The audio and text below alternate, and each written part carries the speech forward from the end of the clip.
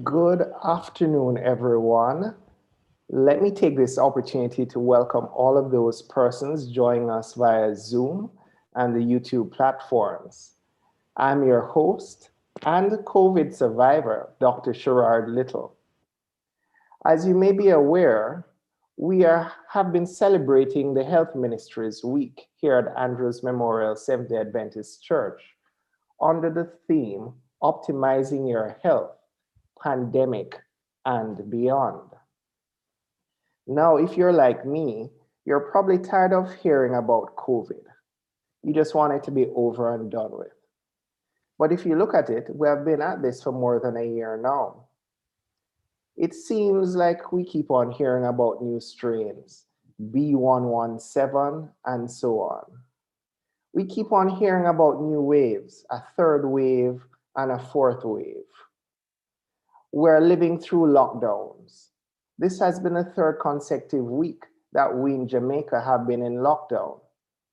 Depending on where in the world you are, your experience might be slightly different. This is why the Health Ministry's team thought it important to create a program to empower persons to survive it all. Hence the theme of our program this evening, Surviving COVID, Surviving Lockdown. We have assembled an expert panel to give you helpful insights and to answer your questions. Our program this evening will be divided into 3 sections. The first section will deal with the medical aspects of surviving COVID, and we're privileged to have with us Dr. Robert French, general practitioner. The second segment will discuss the social and psychological aspects of surviving COVID and the lockdown. This section will be moderated by Mrs. Marlene Pottinger-Giles, counseling psychologist, and the panelists include Elder Noel Jump, evangelist, Dr. Herbert Gale, anthropologist, Dr. Charmaine Tapper, social psychologist, and Dr. Robert French. The third section will look at the financial aspects of surviving COVID and the lockdown. This section will be moderated by Elder Wyatt Smythe, chartered accountant, and our panelists will include Mrs. Magdalene Cooper Deneau, pensions consultant, and also Mrs. Carol Rose, financial services consultant. As usual, we'll be accommodating your questions. Please type your questions in the Zoom or the YouTube platforms, and we'll endeavor to answer as many of them as we can. We'll also try to answer some of these questions in our chat rooms as well. Importantly, please remember that the opinions or answers given by our panelists does not constitute individual medical or financial advice. If you have a medical or financial problem, then you must consult a licensed professional or practitioner. But with all that said, let's start off with a word of prayer. Our Heavenly Father, we thank you for this evening. We thank you for this privilege that we can share information with persons who need it. We pray that you'll guide this program and may it be a benefit to all who are hearing. For Christ's sake we pray, amen. Now let's jump into this. Dr. French, we're gonna start with the medical aspects of surviving COVID and the lockdown. Good afternoon, Dr. French. How are you doing this evening? Dr. Little, it's my pleasure to be with you this afternoon. Fabulous, fabulous. So let's start with the basics. What are the common symptoms of a COVID infection? How do I know whether I have COVID or not? I've been asked that question several times, and the basic symptoms will vary from nothing at all to prostration and death. It runs the full gamut. But most people will have fatigue, weakness, maybe diarrhea, vomiting, fever, sometimes a rash, sometimes running nose, cough, and you can have even more severe problems such as blood clotting or even a heart attack or a stroke. But the common symptoms are loss of smell, fatigue, fever, and respiratory symptoms such as cough, running nose. And many people sometimes believe that they just have simple sinusitis. Well, I can attest to this fact because, as I said, I'm a COVID survivor. One of the members of my family became COVID positive and they had symptoms. And strangely enough, I had no symptoms. In fact, my first COVID test came back negative, and then when I repeated it 14 days later, it came back positive. I was shocked. So it meant that I had to go into isolation and, and I didn't even have any symptoms. So that was a total of a month between quarantine and lockdown. Now, that's not easy to go through. What are some of the negative medical consequences of being in lockdown? Well, human beings are gregarious animals. Human beings like to be with other human beings. And so deprivation of stimulation from other people, just being with other people, can lead to significant mood changes and other things. Uh, you might find yourself with lots of time on your hands and with very few people um, with which to share your time. However, social media these days allows you to make a call or to speak to someone on social media, and that's kind of an alleviating factor. However, being on lockdown puts one may put one in isolation if they are isolated, or may put you to stay with people with whom you do not normally stay. And in both situations, people can feel very awkward, and that can lead to mood changes and behavioral changes, which the person might not want to be experiencing. Okay, thank you, Dr. French. Now, in the unfortunate circumstance that someone contracts a COVID-19 infection, what can one do to kind of boost their immune system so that they can best fight this infection? Okay. Boosting of the immune system is something that we should all be cognizant of, whether we have COVID or not. However, there are certain things that will very much help should someone get COVID. For example, taking adequate amounts of vitamin C. Vitamin C is said to be anti-inflammatory and an antioxidant, maintains good health, and also helps the white blood cells to function properly. Vitamin D also, which one should get from sunlight. So having adequate amount of sunlight also helps to boost the immune system. In fact, it is now known that less than 10% of people on the face of the earth get adequate sunlight. But sunlight is one of the best ways in which you can get your vitamin D. Getting vitamin D naturally also prevents overload, because yes, you can have overload of vitamin D. And vitamin D being fat soluble, when you get it from animal sources, you're also taking in lots of fat. So getting your vitamin D from sunlight is the best way of getting your vitamin D. Now, vitamin D is not just a vitamin. In fact, vitamin D is used in over 1,000 different processes in the body.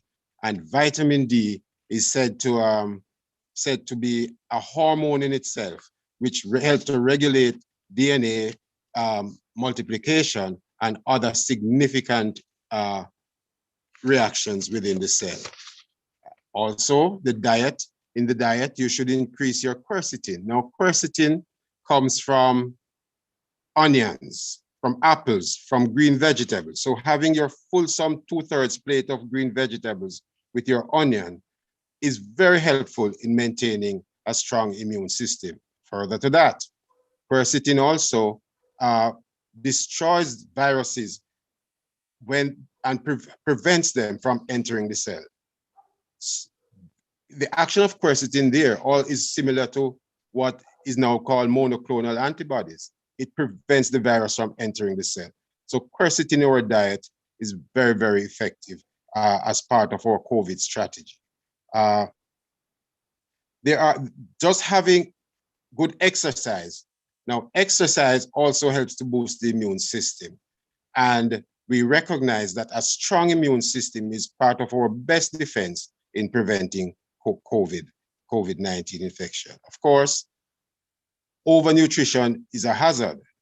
So when we talk about having good nutrition, having the right balance is essential, because obesity is one of the big risk factors of COVID-19 infection.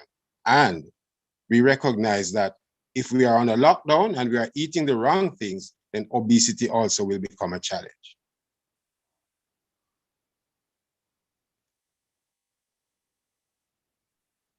Adequate supply of water also helps in all the cellular reactions. And therefore, an adequate supply of water, adequate amount of sleep is very restful. And there's one curious feature. People who get 7 full hours of sleep, it has been proven by studies that these people react better to vaccines and mount a better immune response if they had a good night's sleep of 7 hours or more prior the day before they get the vaccine. So that's a good tip for someone who is considering getting the corona vaccine or any other vaccine. The body's immune response improves significantly with adequate amount of sleep. Also, what is called the innate immune system functions best with proper sleep. In the innate immune system, let me just add, is a situation in which this is the system with which one was born. And so that is called a cellular immune system, where white blood cells attack and kill foreign objects such as viruses. And this immune system is boosted by sleep. And the sleep is of particular importance, is that you should get the sleep at the right time. For instance, the hours before midnight are the best hours for sleep. So the more sleep you get before midnight is that which is called the slow wave sleep. That one increases growth hormone production and increases the body's immunocompetence. Therefore, adequate sleep, adequate nutrition, adequate exercise to maintain a healthy weight, all are important in fighting a COVID infection. Thank you for that, Dr. French. And I think I can personally attest to this because when we started having this COVID pandemic, I decided to personally revitalize my exercise program. So I had started exercising once again, walking in the mornings.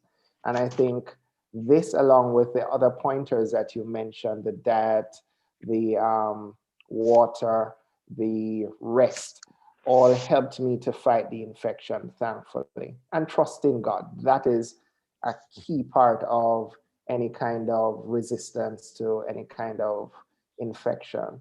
Now, we speak about infections and viruses, but some persons aren't quite sure what a virus is. You hear about viruses and bacteria and fungi and all kinds of things. But what is a virus, Dr. French?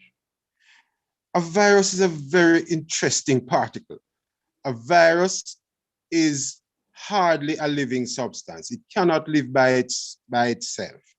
A virus is a package of what we'd call genetic material. Now, genetic material comes as either DNA or RNA, which normally DNA is found in the nucleus of a cell. As you look on your screen, you will see cell with the nucleus, and outside of the nucleus, you have what is cytoplasm, which is where the entire manufacturing plant of the cell is, and then that is surrounded by a membrane, a cell membrane. Now, these viruses, when they attack the person or the host, try to get into the nucleus of the cell, that's central important part where the DNA is, and try to take over the cell. Now, as I said before, you have viruses such as some called RNA viruses, which is ribonucleic acid, and DNA viruses, which is deoxyribonucleic acid. Now, everybody hear about DNA. You know what things are in our DNA. DNA is the code to make all the protein and substances of the body. And primarily the DNA is in the nucleus. The RNA is usually a working particle. The RNA, you have a messenger type that takes a message from this nucleus to the outside of the cell. Then you have a transport RNA and you have your ribosomal RNA. All these three types of RNAs do the work of manufacturing proteins, which do the various tasks of the cell. Now, this virus, you know, it is taught in research and medical circles over a long time that viruses were not on the face of the earth all from man was made and man started inhabiting the earth. In fact, biblically, we know that men used to live for over 900 years. And the shortening of people's lives came at the flood, after the flood. That flood, which is also called Noah's flood, is in every type of ancient literature. They refer, cultures, they refer to this great flood. And it is after the flood that the life became short. And it is credible because viruses, usually when they enter the body, do not die. These viruses, the body sometimes subdue them. And in fact, a good example is like the chickenpox virus, the herpes zoster virus. That virus causes chickenpox, usually in the young person. Then it goes dormant. And if your immune system gets weak, the same virus reactivates as shingles. And it's the same chickenpox virus that causes the shingles. And so it is with many other viruses. Measles virus, which sometimes it is believed that later on to cause neurological problems, called slow virus infection. So these viruses, they tend to be debilitating and they do not die. The body merely suppresses them in most instances. And similar ones, herpes viruses, and most people are aware of what is called night fever or a cold sore. And that virus usually is 98% of people on the face of the earth is said to carry that virus. You might catch it when you're a child and it goes away after that primary infection and you never see it again.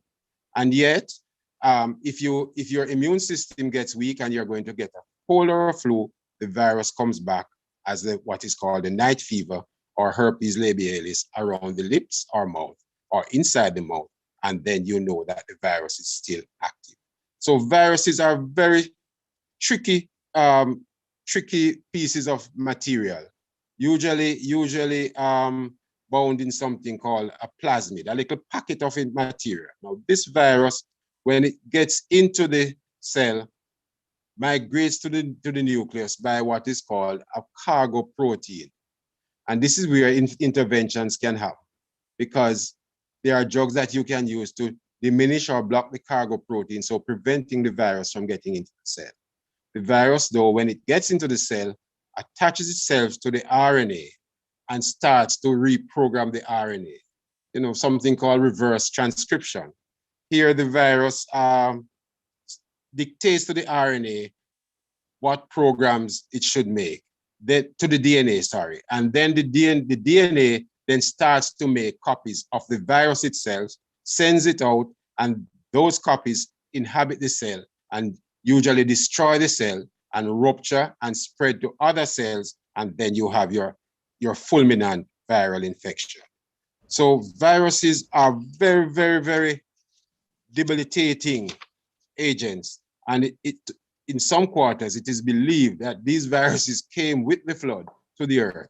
And since then, because they live within the host, accounts in some instances for the shortening of lifespan to just merely 100 years, whereas prior to the flood, people were living to 900 years. Okay, so I have two questions here coming in from the YouTube chat. The first question speaks to reinfection. Is there any clarity on reinfection? Is there a time span for vaccine immunity? How does the vaccine work? How long does immunity last? So we need some clarity on vaccines, what are vaccines, and the immunity, and of course about reinfection from COVID. Let me answer reinfection first.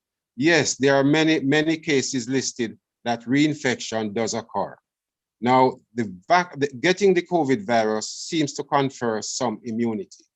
In other words, most people who get the COVID virus will not expect to get a COVID infection for about 6 months, as there are definite antibodies. These are now proteins that neutralize the virus circulating in the body, and these viruses protect the host from a second infection. However, it has been noticed, COVID has been around now for a year and 5 months, since let's say December of 2019. And since that time, many people have had new infections because those antibodies seem to wane after a passage of about 6 months' time. So in some quarters, it is advised that you do not give the person who has had COVID illness should not get the vaccine until about 6 months later, when the antibodies are starting to wane, so that you will get a good take of the vaccine in order to prevent future infection.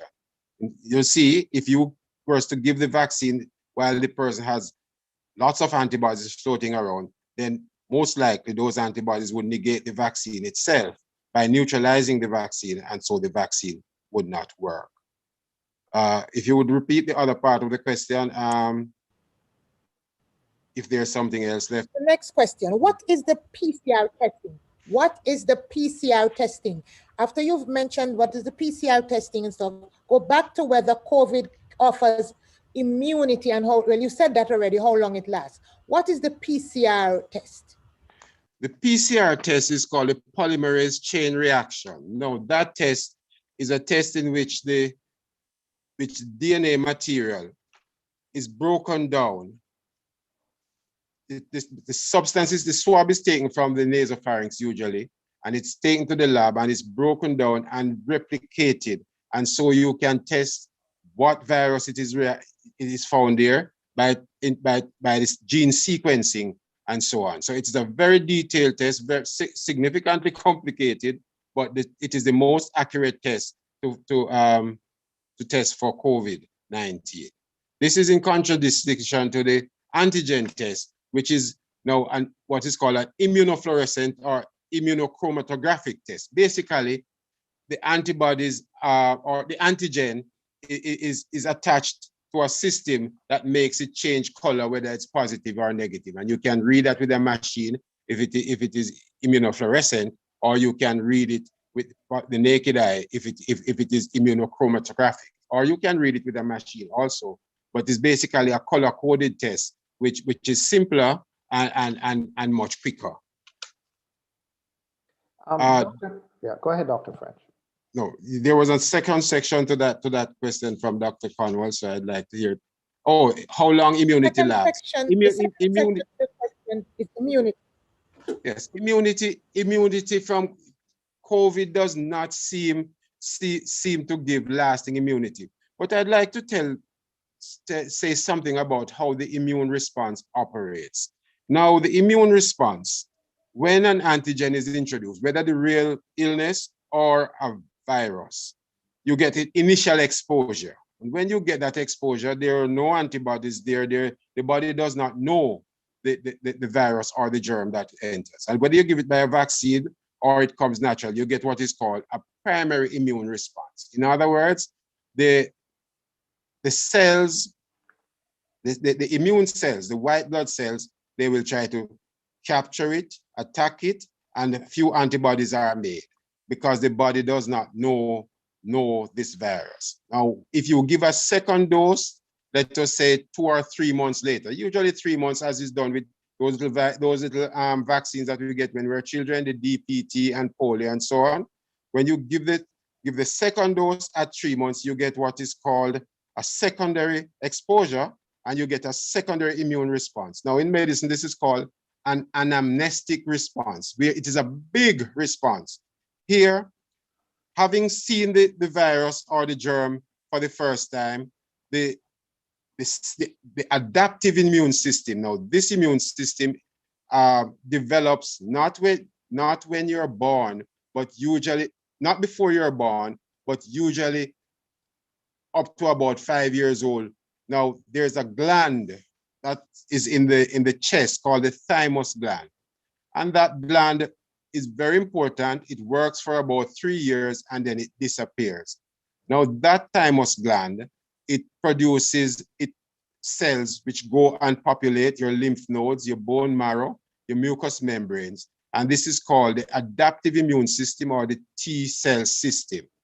And there you have T memory cells. Like a T memory cell now would have started to remember that primary immune response and start to make antibodies. Then when the secondary exposure comes, you get, that's your second dose of vaccine. The T memory cells now has the code to make the antibodies. And so when the second dose comes, the body can mount a big response by the T, using now T helper cells and even T killer cells to try and kill the virus. And so the person is essentially properly immunized.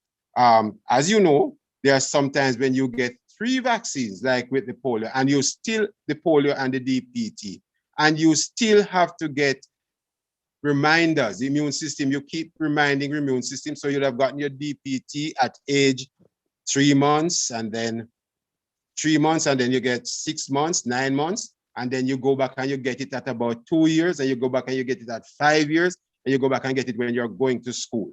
And so it is with many other vaccines. So don't be surprised if you hear down the road that you should get boosters of a COVID vaccine, because when you get the boosters, it makes your body more ready to fight the disease when it sees that disease. Dr. French. Yes, sir. Have you gotten your COVID vaccine yet? Definitely, sir. I took my COVID vaccine 3 weeks ago, and I was happy to do so because I am exposed to people with the COVID virus, sometimes knowingly and sometimes unknowingly. And therefore, it is very important for me to be immunized against COVID. And as can be seen by my facial features and otherwise, I am in the age range that should definitely get the COVID vaccine at the early stage. So I had 2 reasons to get it. 1, I'm in the age range of senior citizens. And 2, I am a medical practitioner being exposed to the virus, as I said, sometimes wittingly and sometimes unwittingly. Interesting. I went to get my COVID vaccine this week, and it so happened that when I turned up at the location, I saw a fellow Adventist there. Someone in probably my age group as well. So I inquired of him whether he was going to get his vaccine or not. He indicated that no, he wasn't going to get the vaccine. He was just taking someone there. But his belief was that because he observed the various laws of health, that should be adequate. And I gave him a similar answer to what you gave just a while ago. Because of my profession, it put me at higher risk of contracting the infection. What would you say to those persons out there who are still weighing the risk and benefits of getting a vaccine? What would you say to a person like that? Well, you use the words risk and benefit. Now, the main benefit of getting COVID vaccination is this. It has been observed, and now over 800 million people have gotten their vaccines or some sort of vaccine. It has been observed that when you do get the COVID vaccination, if you do get COVID, it usually does not require hospitalization and it does not result in death. Now, that is good enough for me because the statistics are now showing, for instance, that if you are over 80 and you are hospitalized for COVID, your chance of dying is 1 in 4. Now, if you are the entire population taken in, if you are, it's a 1.6% of persons hospitalized will die of COVID wherever you are in the world. I mean, and this probably is the best case scenario. And of course, you know that there's no such thing as 0.6 of a person. So you well know that we can say 2 out of every 100 persons hospitalized will die of COVID. Now, if we can mitigate that risk of dying of COVID, I think our actions in taking the vaccine would be well served. Excellent. Now, there has been some concern raised recently about some of the rare side effects of vaccines, in particular, the AstraZeneca vaccine with cases of rare blood clots associated with low platelets. Now, if there's someone listening out there who is concerned about some of these complications, what advice would you give to them? The complication, that's such a complication is real, but it occurs very infrequently. In fact, it is said that there are about, I think it's about 19 people who have died worldwide out of the several 100,000 people who have gotten the vaccine. However, let me say that 5.6% of people who are hospitalized for COVID get those same blood clots. And to repeat the words of someone close to me, if the COVID vaccine is going to harm you, what do you think the COVID would have done? Interesting. So it is so it is better. There is a risk, but there's a risk from taking any vaccine at all. Any vaccine there comes with a risk. In fact, every medicine comes with a risk. Indeed. And so yes, there are risks to taking COVID vaccines, but the reward far outweighs the risk. Thank you for that answer. Now I'm gonna go to some of the questions in the group. One person asked, is it possible to culture a virus? Or what methods are used to culture viruses? Is it possible to culture a virus? It is possible. It appears that it is now possible to culture a virus because the mRNA for the Moderna vaccine and the Pfizer vaccine, they are artificial codes. So it's basically an artificial part of a virus. So it does appear that the technology now exists to make a virus. Now, also the Cuban vaccine also, that it's an artificially devised part of the virus that is used to stimulate the immune response. So the answer is yes. I don't know of anyone who is culturing viruses, but it does seem that there is a likelihood that that technology would exist. Right. And you have to recall that a virus does not contain the mechanism to replicate itself. It requires a normal cell to replicate. It requires a machinery within a cell to replicate. So that is why the viruses, when they get into a cell, they utilize the mechanisms within the cell itself to replicate the virus. So viruses are usually cultured in cell media. Another question for you, Dr. French. You mentioned the thymus gland, and Maxine wants to know, are there ways to wake up your thymus gland? How can you wake up that gland? No, we should not want to wake up the thymus gland, and I'll tell you why. Why? There is a particular disease called myasthenia gravis, in which the thymus does not disappear. And then it leads to a debilitating illness where the person's musculature gets weak as the day goes on. And of course, it usually results, it can be treated, but oftentimes results in death. And of course, there was a very wealthy shipping tycoon that in the 1960s and 70s that had this this particular illness of myasthenia gravis, which is basically an autoimmune disease where the thymus gland did not disappear and it causes debilitating illness. So the thymus is to disappear, What we want to wake up is the immune system, that adaptive immune system. But there's some, since we are on that, there's something I'd like to tell you, that the innate immune system, or the one which we were born, that immune system gets weaker with age. And that is why the elderly people tend to catch COVID or show symptoms much more than the younger people, because the innate immune system gets older and weaker with age.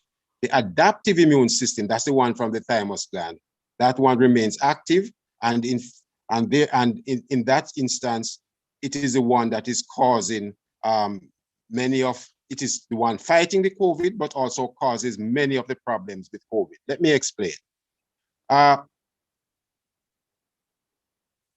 People might hear of something called a cytokine storm, where the body produces lots of inflammatory substances which flood the lungs and the blood vessels and so on, and which lead to the blood clot, cause a severe inflammation.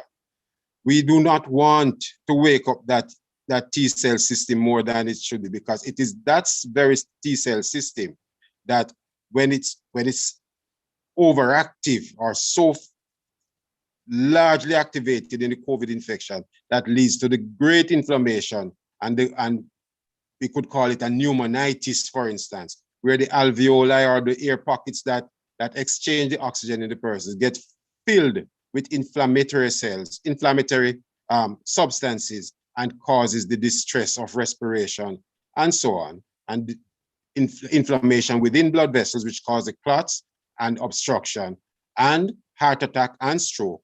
So a balanced immune system is what we want. We don't necessarily want a woken up immune system. Indeed, indeed. And the thymus gland serves a particular purpose. It's for the maturing of T cells in children, because when a child is born, a child has a very immature immune system. So in an infant, the thymus gland is quite large for the purpose of the maturation of your T cells. But as a person matures, gets older, the thymus gland actually regresses, because you don't need that part of the immune system in terms of antigen presentation and that kind of stuff at that point in time. Thanks, Dr. French. Another question for you. Does the COVID vaccine contain COVID? And I think this person means a COVID virus. Does the COVID vaccine contain COVID? The answer to that is no. There are about 10 vaccines in use. 5 of them are similar. 5 of them, including the AstraZeneca, contains the mRNA. Well, everyone contains the mRNA, and all of them were made to counteract the Wuhan strain, every single one. And they only have part of what is called a spike protein. If you could put back the virus on the screen, and you'll see the spikes surrounding the virus. And the spike protein, those it's just a part of those spikes that is introduced to the cell, so that the body will make an antibody. The body will mount an immune response to the spike protein, because it is the spike protein that attaches to the cell and causes the viral particles to invade the cell. So once you block the spike protein, you are able to prevent the COVID from entering into the cell. So all of them are made to make antibodies to the spike protein. So it's a small part of the virus that is introduced.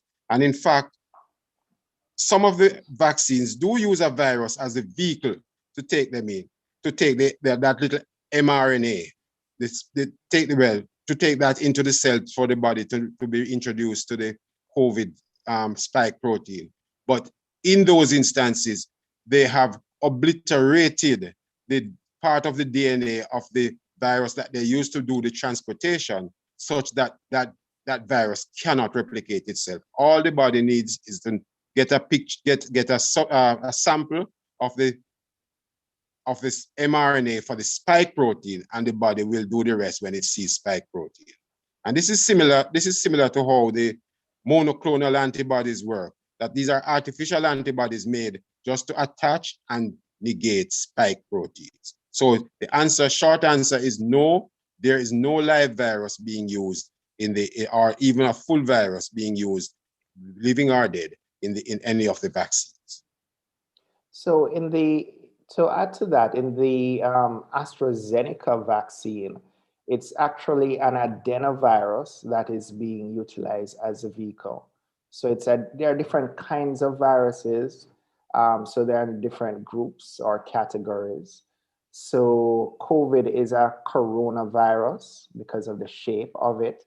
But in the AstraZeneca vaccine, they utilize an adenovirus, which is a different kind of virus, which would cause like a common cold or something like that. But it's actually an inactivated adenovirus. So as Dr. French indicated, it can't replicate once it gets into the system.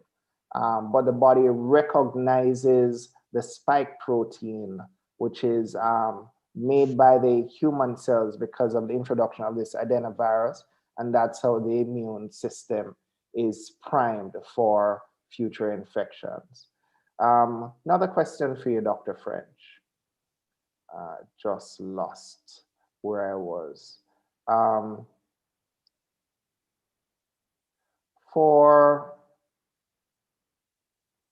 Someone is asking, is it that the virus lasts only 2 weeks in the body? No, the answer to that is no. As I said before, so far as COVID is concerned, it is believed that the virus,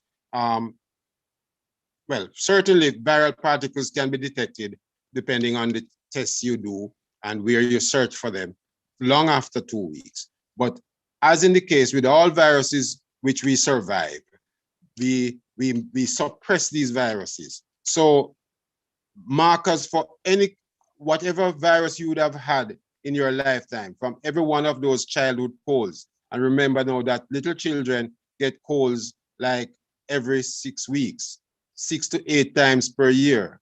Adults would get colds 4 times per year. That's every 3 months.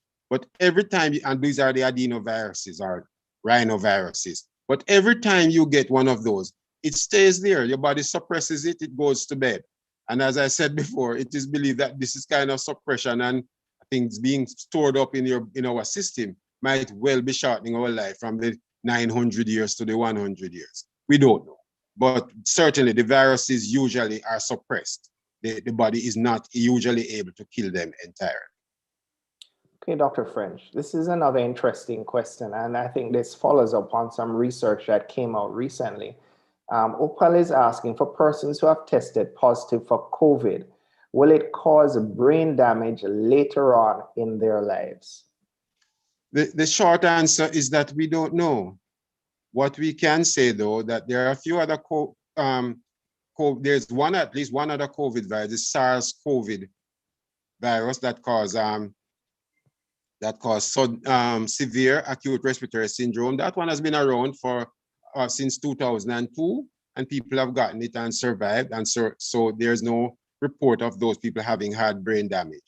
But the answer to that is that we cannot know, because this is a new virus. As I say, it's a novel virus, SARS-CoV-2, or COVID-19, because it was named in December of 2019. We now know that the virus is likely to be in our systems, but we do not know. Similarly, we don't know if we have had measles, if it's going to damage our brains, because one in maybe several million people who have had measles will end up with a slow virus infection that damaged neural tracts. We just don't know. These are some of the vicissitudes of life. Indeed. And further to that as well, Dr. French, we know that having a stroke is one complication that persons who have severe COVID disease may have.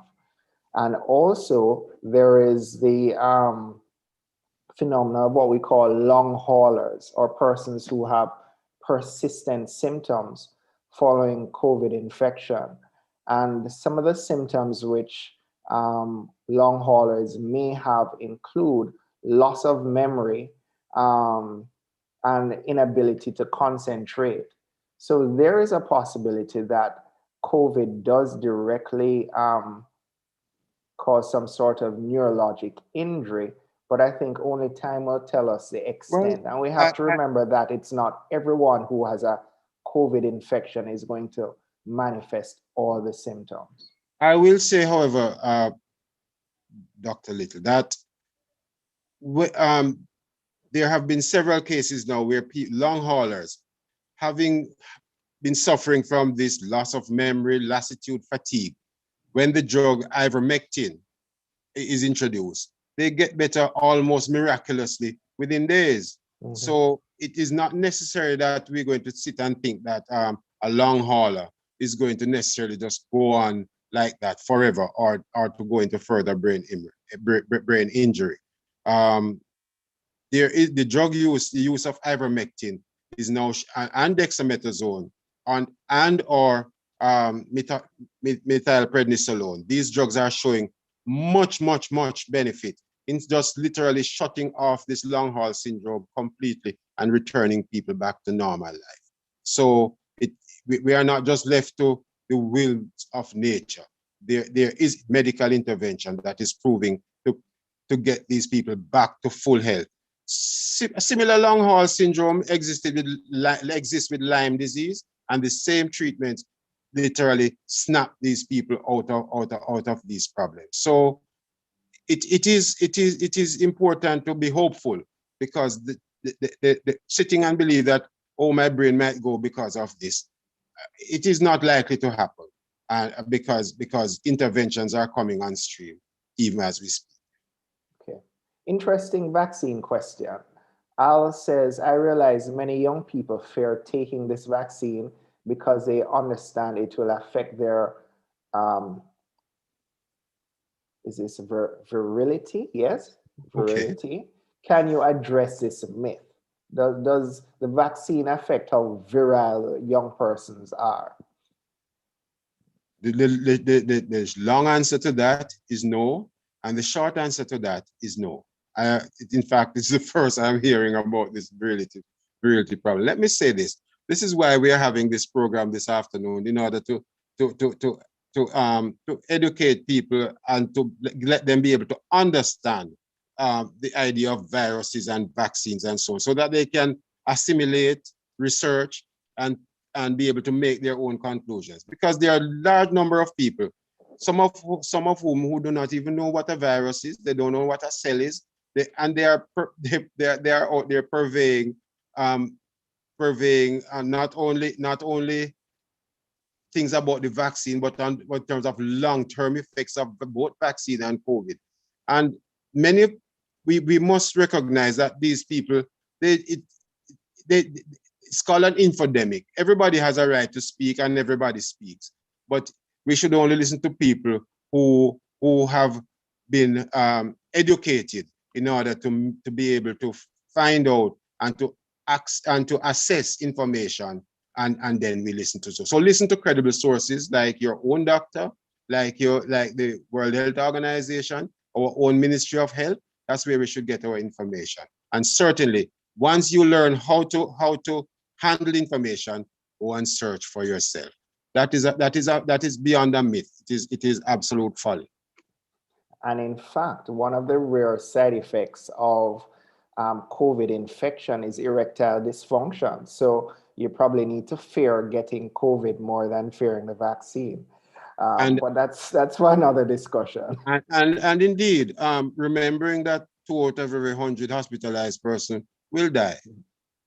There are not many virile dead people around.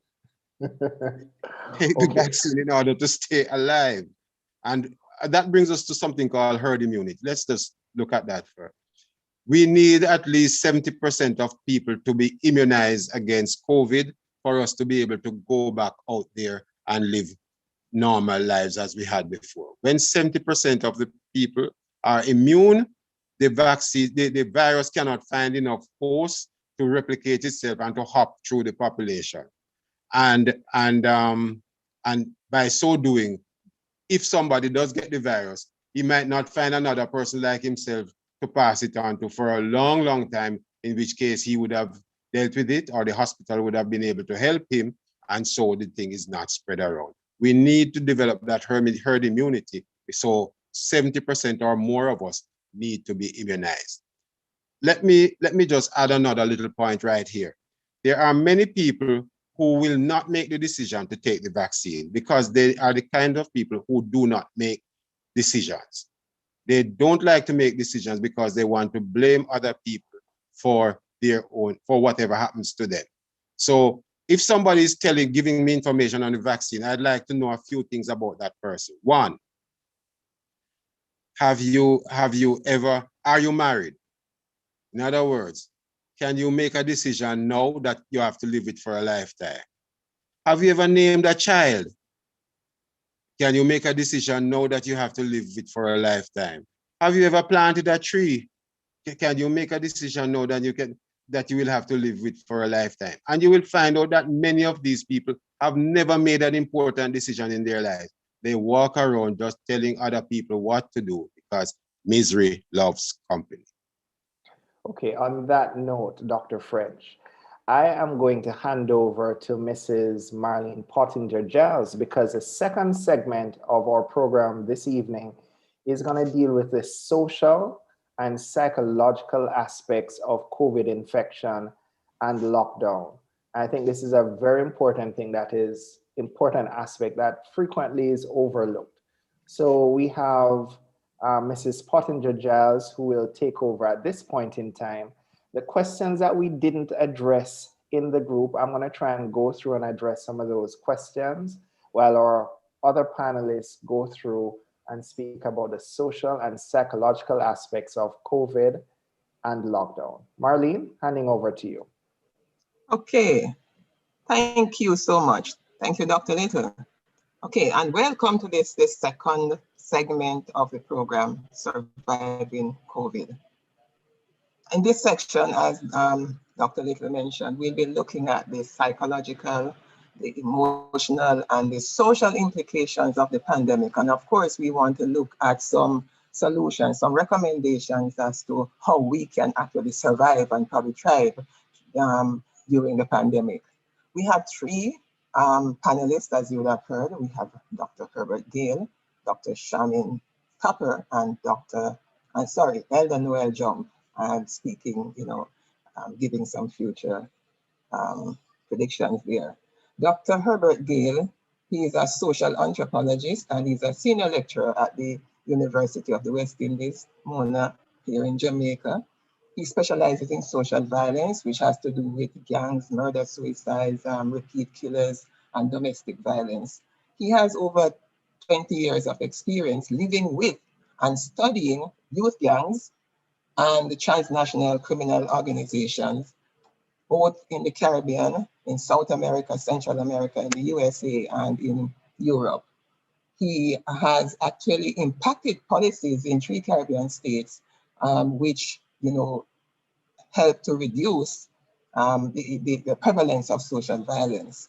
He has been interviewed by over 30 international media houses, including BBC and the Associated Press. And he has done many public lectures, seminars, workshops in over 40 different countries and conducted over 60 major studies and he has published several book chapters, and articles which include his recent work on males and tertiary education in Jamaica. Dr. Shamin Tupper is a social psychologist and an associate professor at the Northern Caribbean University. Her teaching experiences has her focusing on disciplines which include sociology, criminal justice, psychology, restorative justice, and the law. She also has done a number of publications and has made many presentations locally and internationally. She serves on the boards of a number of educational institutions as well as community-based and non-profit organizations. She is also the co-host of a weekly program, Mind, Body, and Soul, aired on NCU FM. This programming, of course, provides psychosocial support to a wide range of listeners on relevant issues. In addition, Dr. Tupper plays an integral role in the successful implementation of the Centers of Influence for Manchester and Clarendon, a project which was funded by the Inter-American Division of Seventh-day Adventists. And Elder Noel Jump, he is a dedicated evangelist who has been involved in many outreach programs. In 2010, he was recognized as the leading lay evangelist in the West Indies Union of Seventh-day Adventists. And he's currently the president of the Lay Evangelistic Association of Jamaica, of the Jamaica Conference of Seventh-day Adventists. He's an elder at Andrews Memorial Seventh-day Adventist Church, and he's the managing director of JANAN, which is a land development and general construction company. So those are our panelists for this segment, and they are going to start by each giving you just a small overview or a presentation of what they really would like to bring to the table today. And in the meantime, you are free to just type your messages in the chat, and we will be addressing your questions. So, Dr. Gale, please go ahead with your short presentation, followed by Dr. Tapper, and then Elder Jump. I keep saying Dr. Jump, but Elder Jump.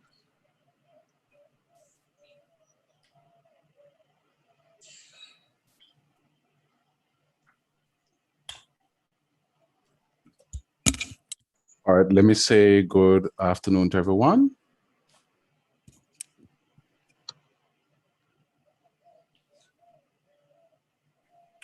All right, so we want to look a little bit at COVID and domestic violence. And by domestic violence, quite often that term is misunderstood because persons quite often, as soon as they hear domestic violence, they think it means violence against women, but it actually means more than that. So it's divided, domestic, when you speak about domestic violence, in fact, I prefer to use the word family violence. And you'll notice I said COVID and family violence instead, because of this contradiction that people normally carry through as soon as you say that. So it is normal for domestic violence or family violence to increase during a pandemic. And I'm going to show you a few bits of data as to what's been happening in our families. And part of the problem is that every time you have a pandemic, it increases pressure on individual parts of the family and the overall family itself. Now, I want to teach you a word that's called dependency ratio. And when you think of that, it will help you quickly to understand why there can be a problem. So if you have a home in which one person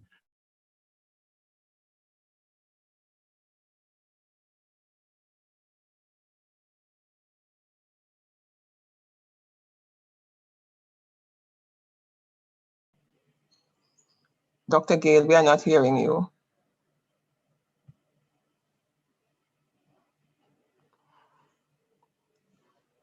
Well, it appears that Dr. Gale may be having some technological difficulty. I am going to invite Dr. Tapper to go ahead until Dr. Gale is able to manage that challenge that he's experiencing right now.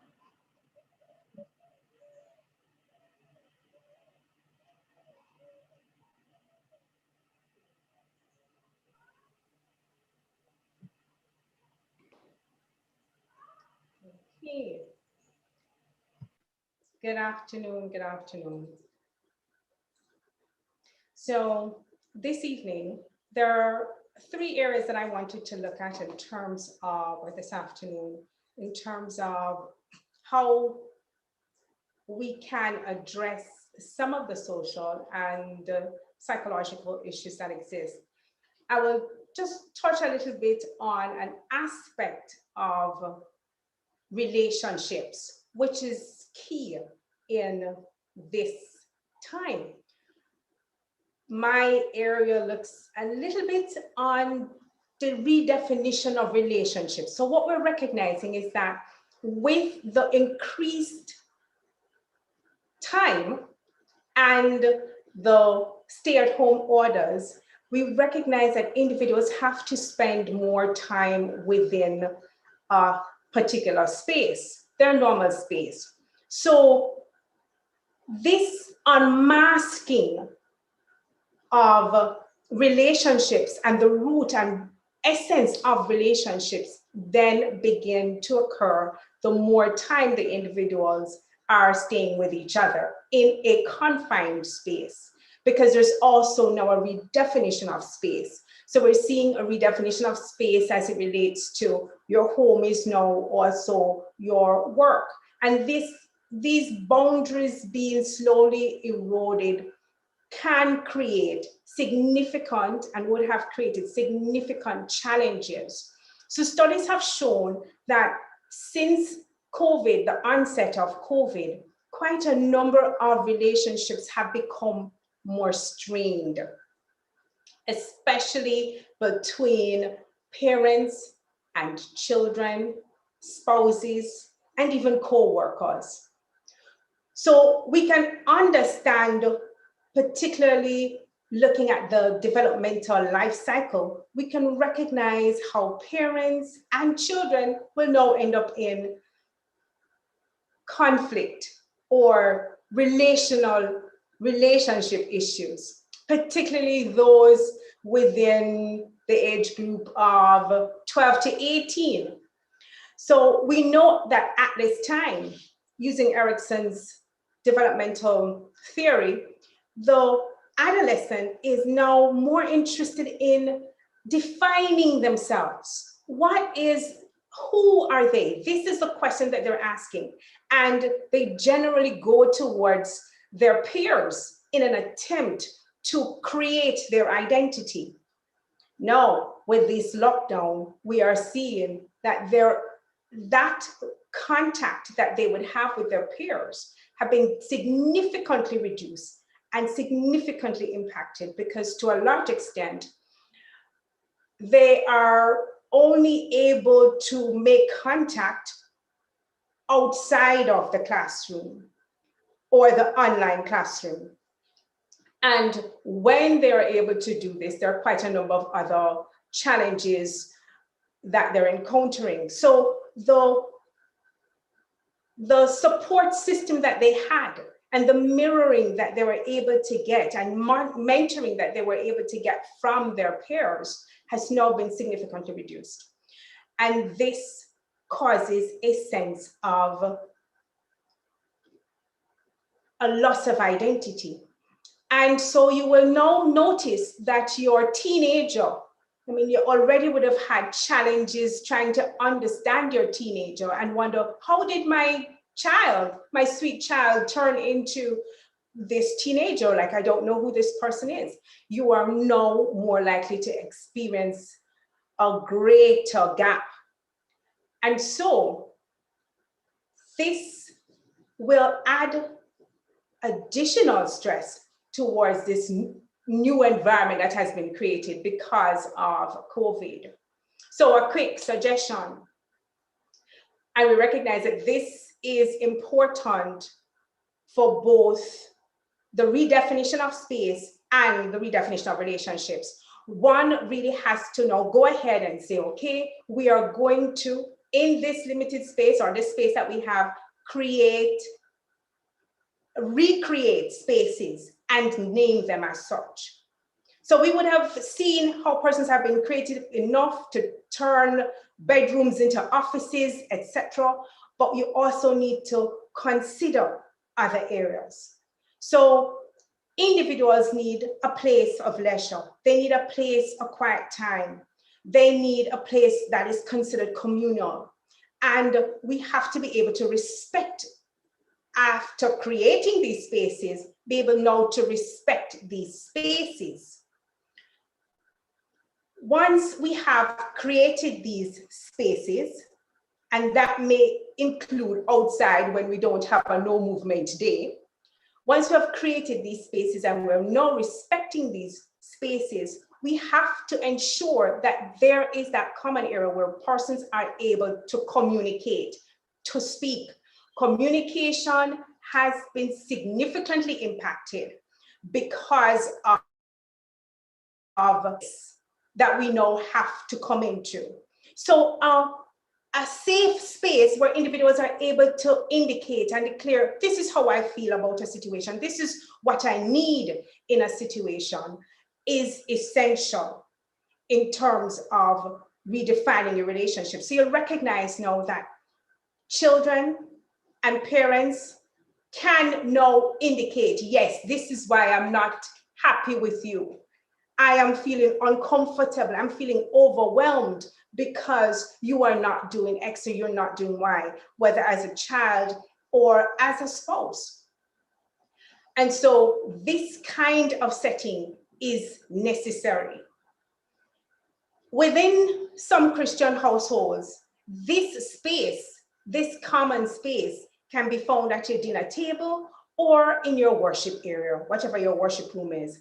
And that's a suggestion that we say, with the time that we have been given and the redefinition of space, ensure that you have the opportunity to meet at this safe space and ensure that God is in the center of it. So what does this mean? This means we're going to have to be very honest in our communication. And once again, this is where we're seeing the unmasking of relationships, because now I'm recognizing I really don't like you. There are some things I really don't like about you, but we are a family. This is a family. So how do we address this issue? And then you recognize, I love you as a commitment. I love you as a principle. However, it's the actions that you don't like, or the activities that are occurring. And once this communication has started, then we're seeing where there's going to be a reduction in the overall stress. The reality is that every one of us would have been impacted by COVID. And in essence, resulting in something called trauma. And we know that trauma affects the brain. And we know that with trauma, and within a couple of years, even after COVID, if COVID should end in 2 or 3 more years, there will still be the need to address what we would have experienced socially and psychologically from this event or trauma. Another aspect that I've been observing and just really concerned about is that of the teaching learning process, and you can understand why. So we're seeing that with this change in space and a redefinition of space, and we're seeing that there is ongoing and growing tension within households. I'm going to leave the domestic violence to Dr. Gale when he returns. We see where there is a great appreciation for the teaching learning process and for the teachers, the job of teachers. I'm thinking now more than ever, parents are recognizing that their baby geniuses are probably not really baby geniuses, know that they have to do the teaching or participate in this teaching learning process. However, there is a significant disproportionate access to education. And with this technological divide, both with the teachers and the students, but I'm looking more at the students, we are seeing where this kind of access or lack of it is resulting in males in particular losing interest in their education and general dropout. So we won't even talk about groups of persons that are considered vulnerable, such as children in state care, who definitely will need and would have been suffering from access to education and good education. They now have an even wider gap. And so we're seeing that whereas there would have been prior to COVID, they would have been about 2 or 3 grades behind. It is scary to think of what's going to be happening after COVID if we do not be proactive and get at solving some of these issues and bridging that technological divide that exists. We know studies have shown, international and otherwise, that there is a significant relationship between school dropout and future involvement of youth in criminal activities. We are fully aware of that. And we now recognize that with the rates of unemployment increasing for adults, as well as potentially for the youth, we are going to see where persons are going to become very creative in meeting their social needs. And we've been seeing the increase in crime. Yeah. So Yeah. those are the 3 areas that I am concerned about, and will pause and allow Dr. Gale to continue his presentation. Thank you so much, Dr. Tupper. Yeah, that was, quite a bit said, and I'm sure that the audience will have some questions as it relates to how we manage these different challenges. Now we're going to, have Dr. Gale back on spot. He had a challenge with technology, but he's back up with us. So we're going to just hear from Dr. Gale at this time. Thank you so much. All right, let me say good afternoon again. I think we're good this time. All right, I just wanted to point out, let me just begin by pointing out that we're talking here about family violence. And I often prefer the word, as I was saying, family violence, because then it becomes a little bit less complicated and it doesn't push us into the frenzy of wondering what we're talking about so quickly. What's been happening is that as we have, once there's a pandemic, the family is affected. And one of the first areas where the family is affected is something we call what is called the dependency ratio. Now, the dependency ratio is that of how many persons are working in a family compared to how many persons are depending on finances. So if you look at any data on family violence, the first thing that will pop into your head when you see it is that 71% of all our violence within the home is actually about money. Money, something that a lot of us are reflecting on now. We should be shaking our heads because we know that is the area where we actually quarrel the most in our families. And there are several areas that put us into a lot of problems when it comes to money. The first problem is the dependency ratio. When you have COVID or any other pandemic, what it does, it increases the dependency ratio.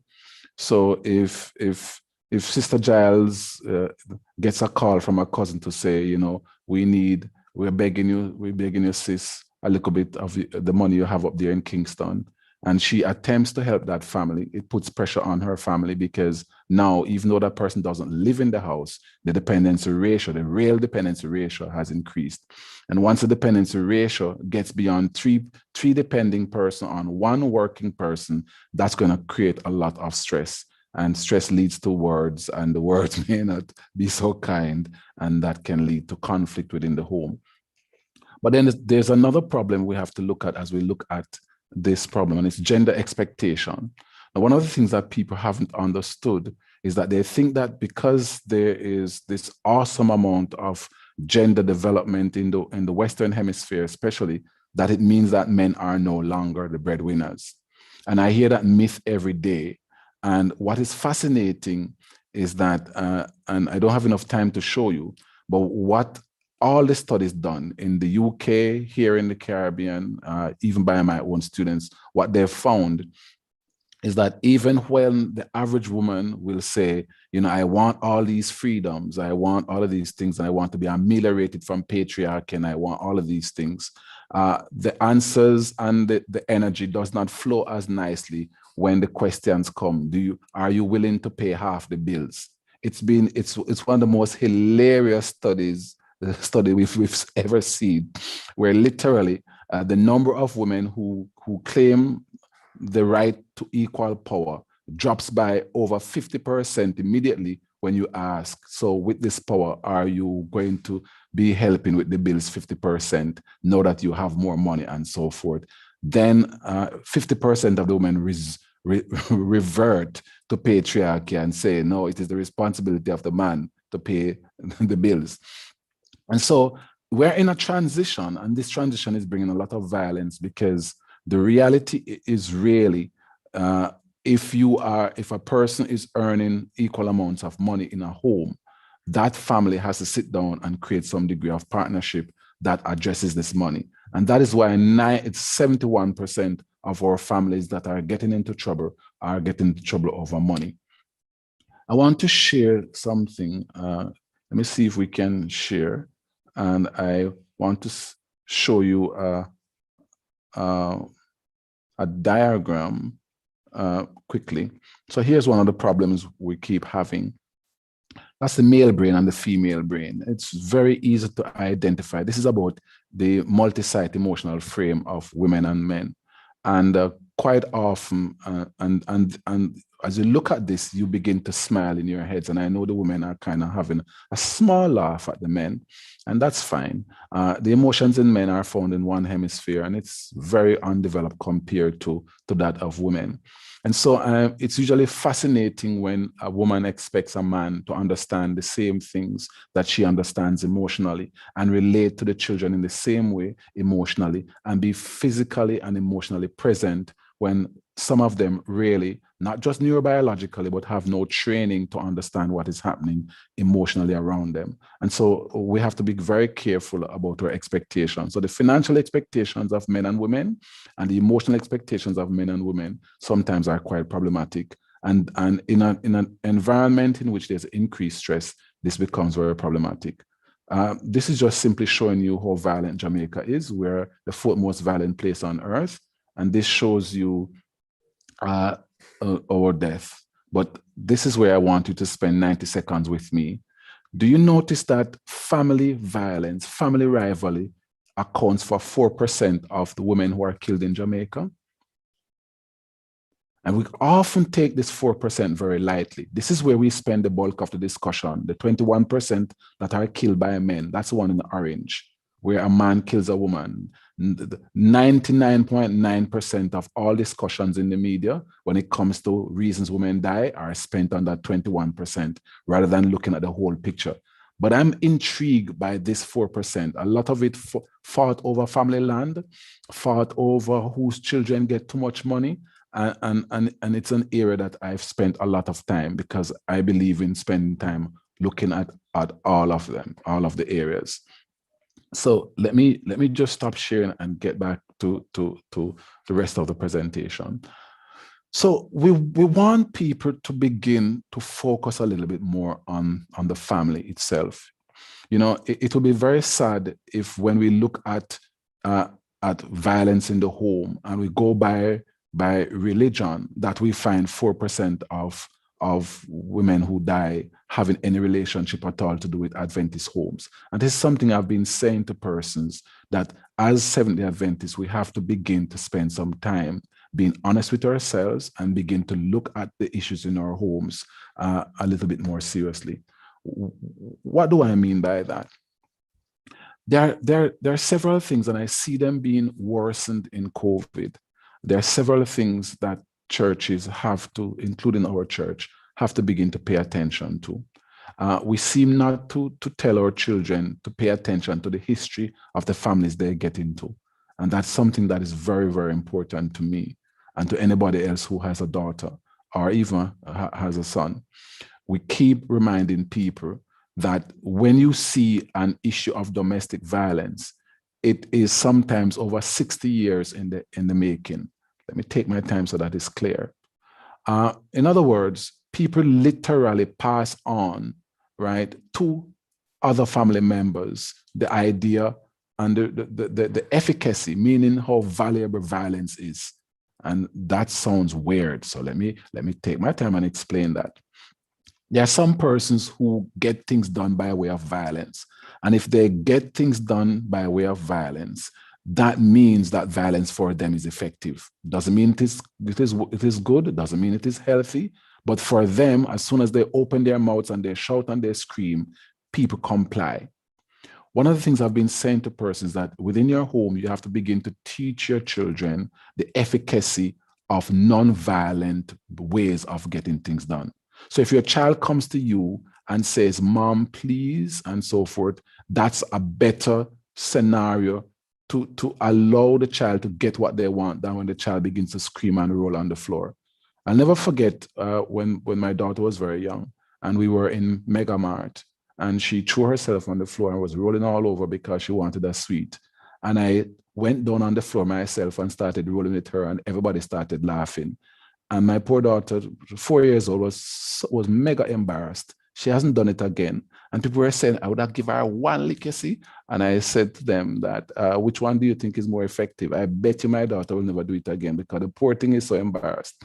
But quite often as parents, we don't understand that whatever it is that you facilitate, anything a child does, the child weighs very carefully what kind of reward they get for it. So if they carry out acts of violence, however it is, whether it's by sharp words or physical, and that is reinforced by us, the child weighs that very carefully, and that is carried on in their lives. So money, and this is where I want to close.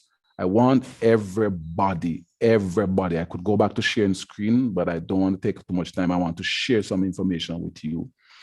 We asked our children to look at all the family forms and relationships they were finding in their data set between men and women. And we found 6 different ways in which men and women relate. And we looked at the entire database. What was happening was that 25% of Jamaican homes had intimate partner violence. But the family that had the most violence were those in which the man alone worked and everybody expected of him and nobody helped him.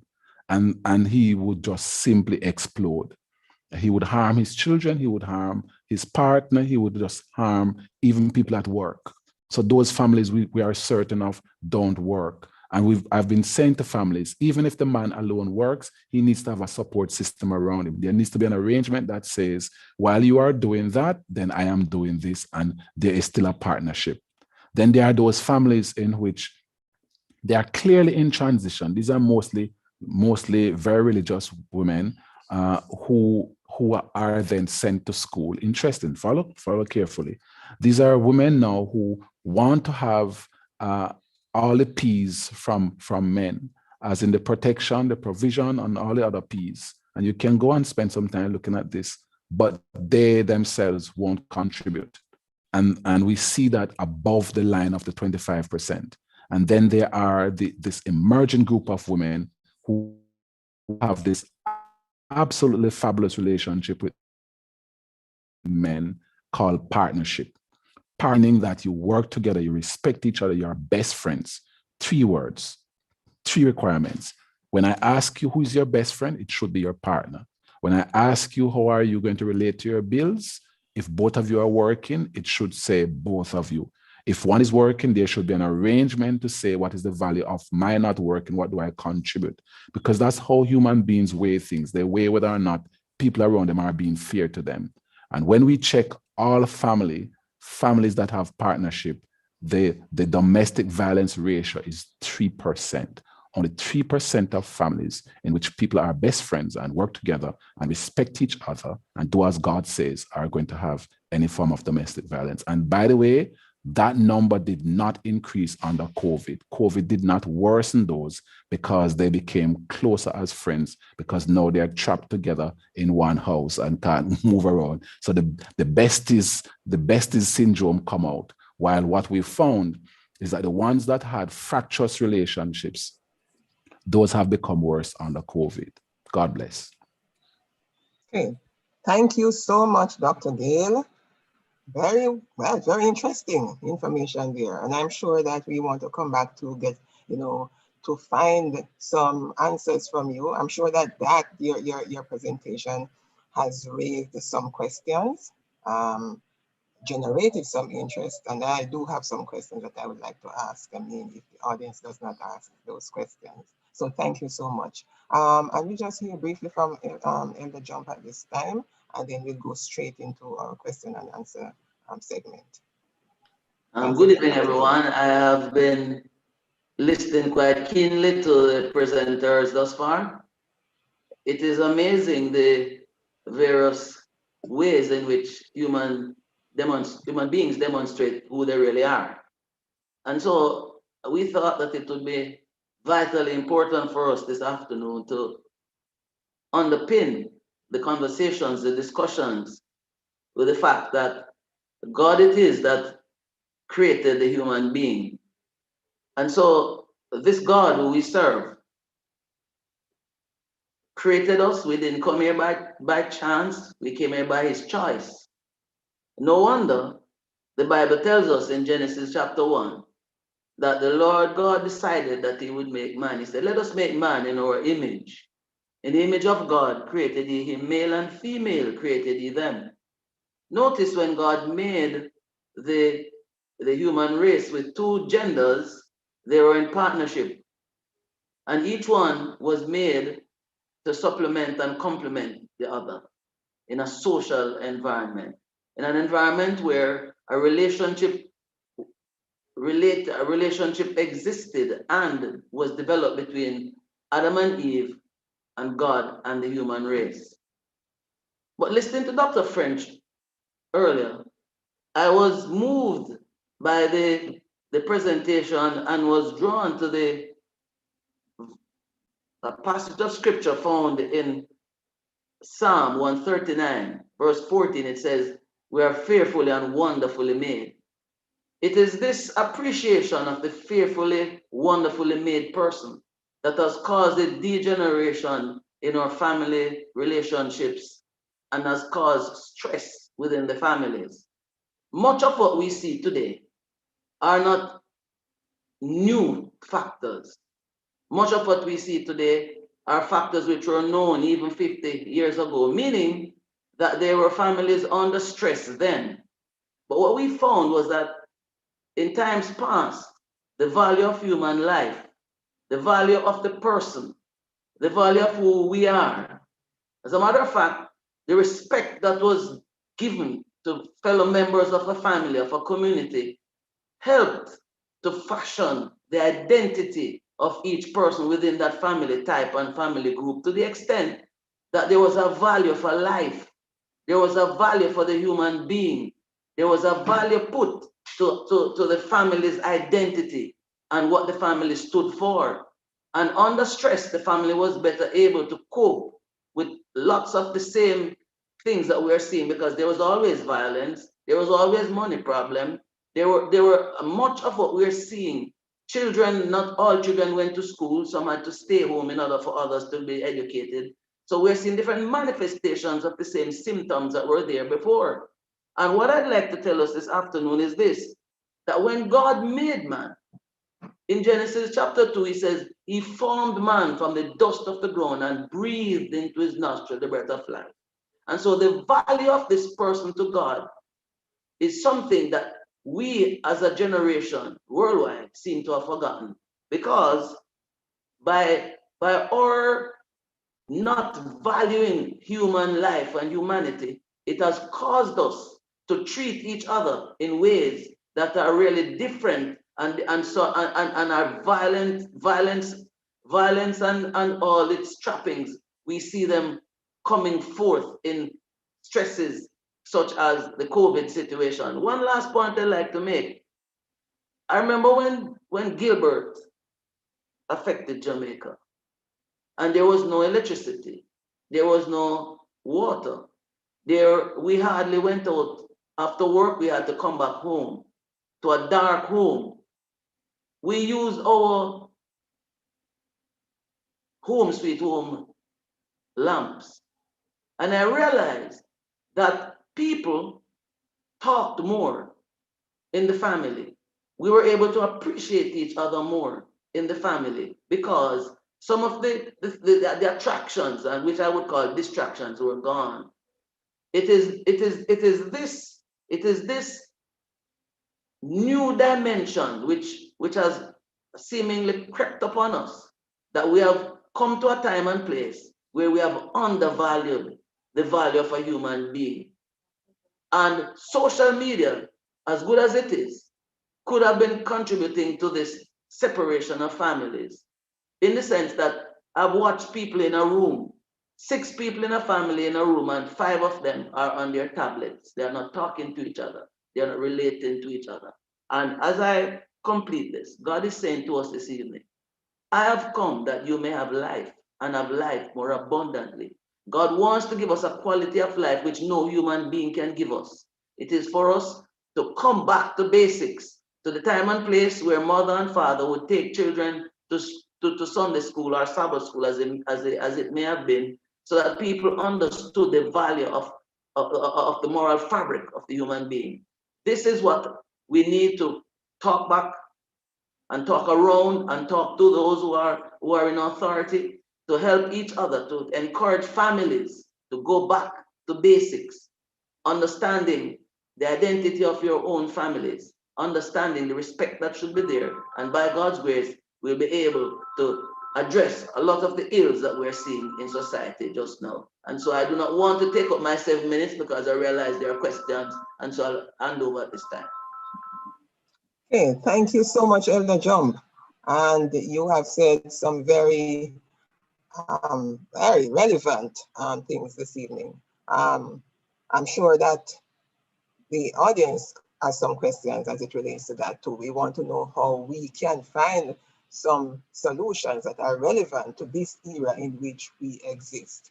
And I want to pose a question to Dr. Tupper. Dr. Tupper, in your presentation, you spoke about, persons being confined to this space. You have to really work from this space. You have to interact with each other from this confined space called home, because prior to the pandemic, we would be persons would be going out to work, persons would be going to school, persons would be going out probably on the road for whatever, but persons would be going in their different spaces. But now we are all confined to this space called home. And for some persons, it is a smaller space, it's a confined space, and persons are having challenging from different, in different contexts. One is that there is the challenge of interacting with persons, and persons feeling that they are being imposed upon by the presence of other persons. And secondly, there is the challenge of persons managing how to work from home. And by that I mean separating work from family, from time for self, and the different lives that we had prior to the pandemic, and being forced to function and doing everything in this small, confined space. And also the aspect of having to cope with, just dealing with persons in the space, probably, yes, you were a family, and I heard Dr. French talking about how family, not Dr. French, Elder Jump, mentioning how persons used to operate, because there were 6 persons in a family, and they would all seem that they were, being very amicably together. But things have changed, and persons seem that they're just tolerating persons for the most part. How do you, what suggestions do you have?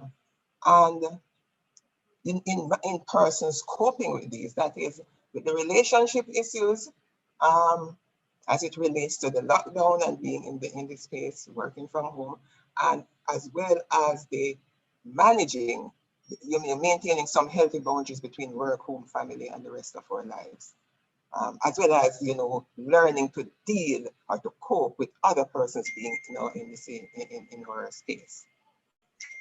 Okay, I'm going to try to respond to at least 2 of the questions. All right, so the first thing, I said it before, the time is here where relationships are now being unmasked. And This means persons have to be real. They have to be honest with each other. Well, that's difficult to a large extent because many times we believe we should have a certain image. And we believe, even as a Christian family, that, oh, there's not supposed to be any conflict or anything like that. But that's not real. That's not true. We must have conflict. It must happen.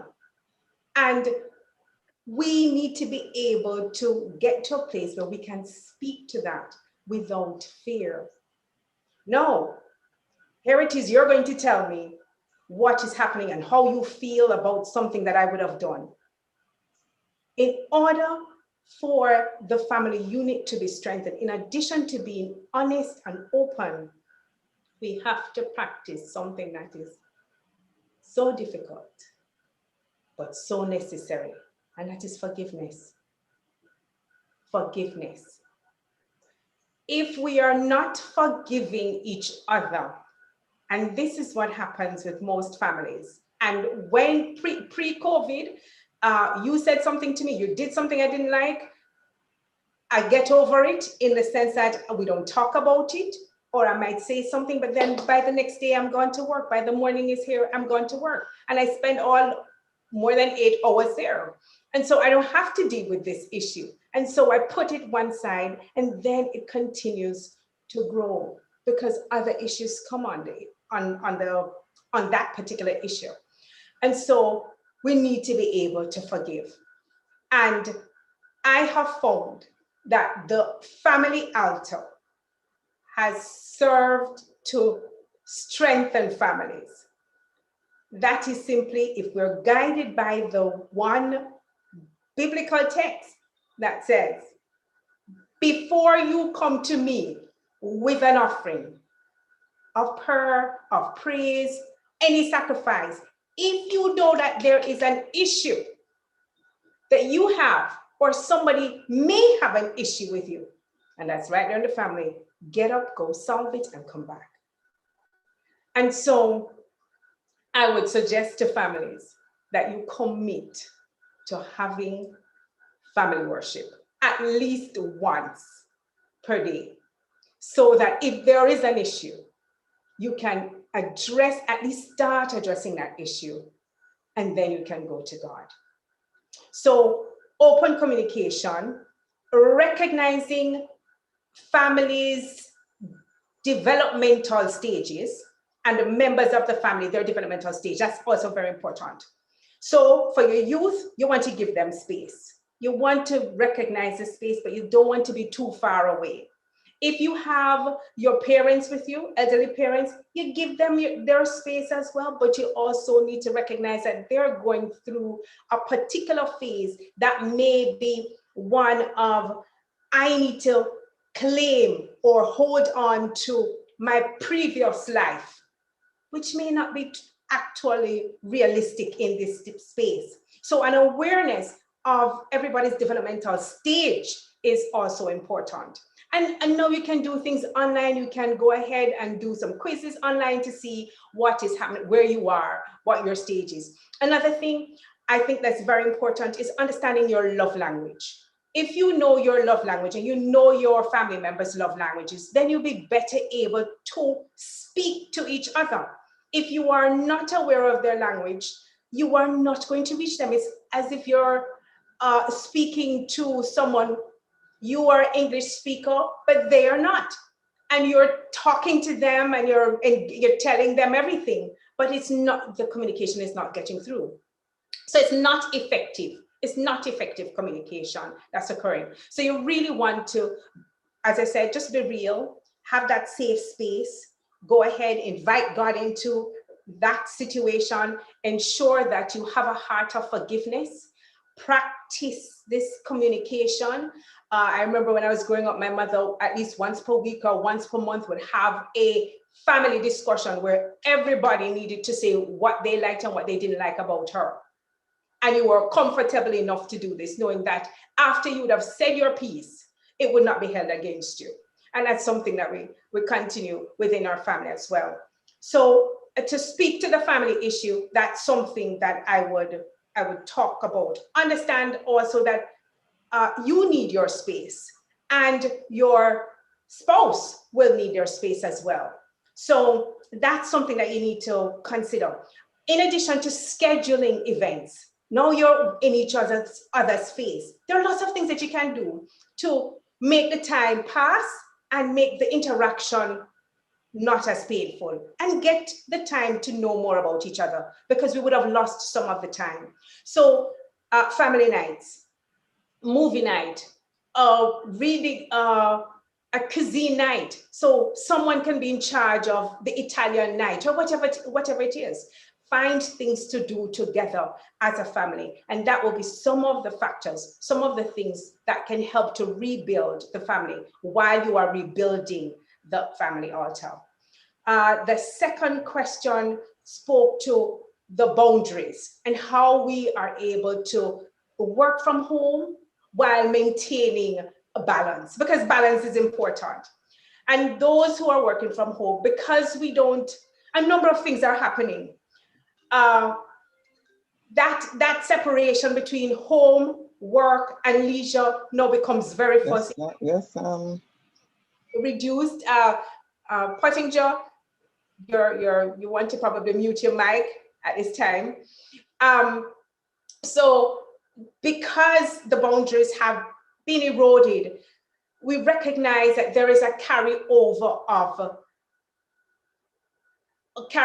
of challenges and issues. So if you're at work and you're at the computer from 8 o'clock to roughly 6 o'clock or 5 o'clock, hopefully you're not a workaholic, but you are working within your normal hours.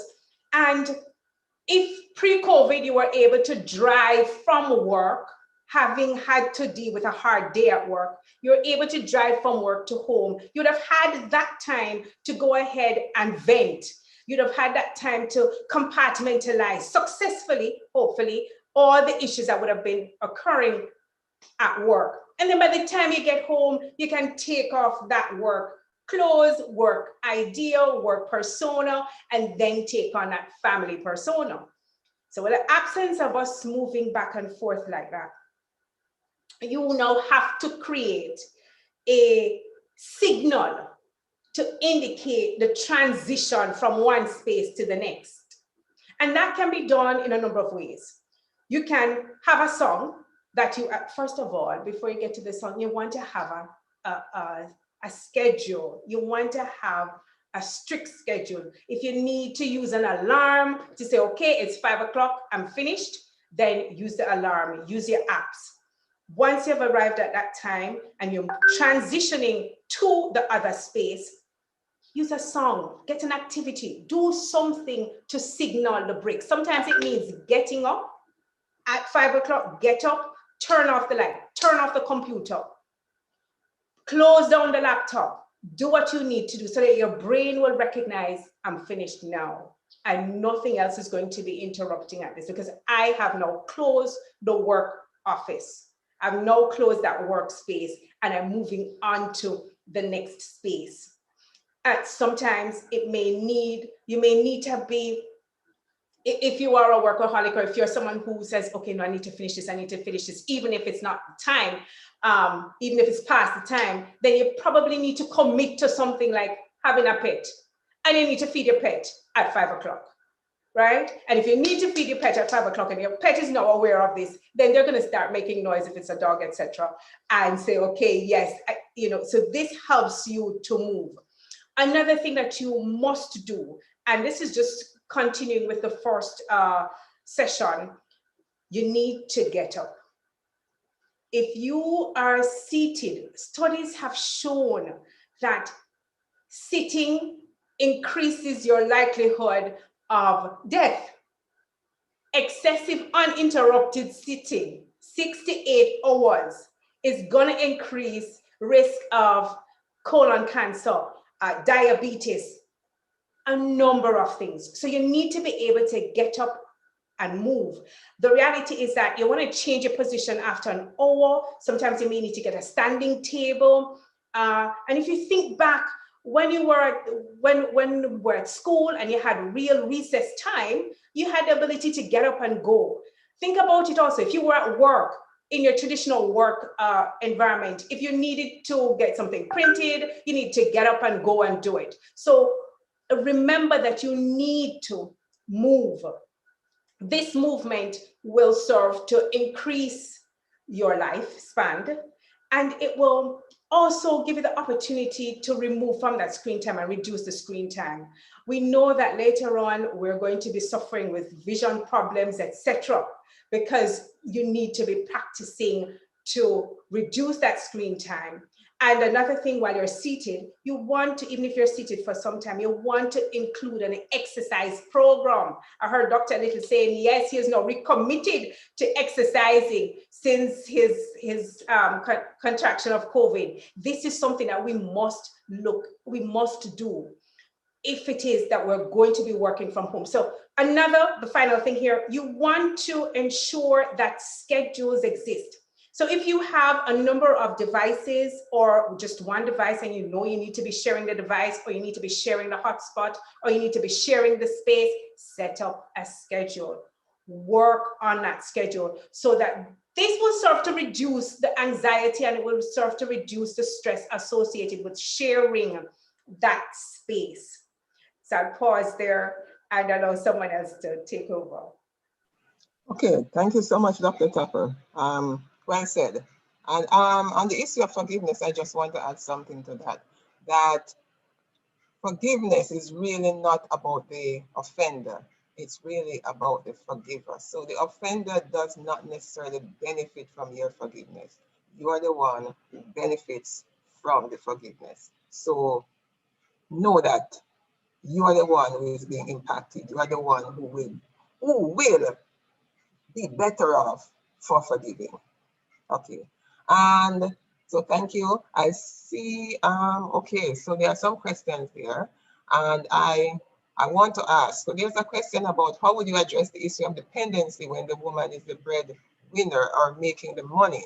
And I want to expand on that because we know we live in a society where sometimes people equate love with money. So the man thinks that if he loves the woman, he gives her plenty of money, and the woman says that if you love me, you give plenty of money. So if in COVID, when persons are losing their jobs and you know, the money is not coming from the man, how do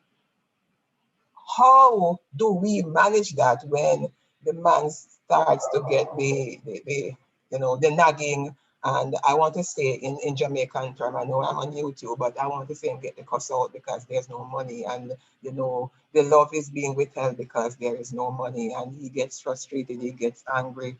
How does he deal with that so that he does not get, you know, overwhelmed and get too angry where he ends up taking a life or lives, and the situation, you know, is one that we really don't want, especially in our context? That's one question. I think Dr. Gill may want to address that question.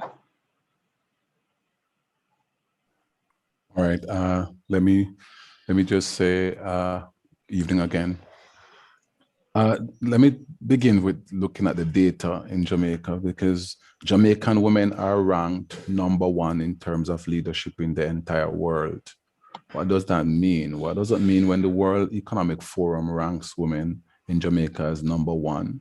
It means that Jamaica is the only country in the world where basically 60% of all top jobs are held by women. There's no other country in the world comparable, not even Iceland.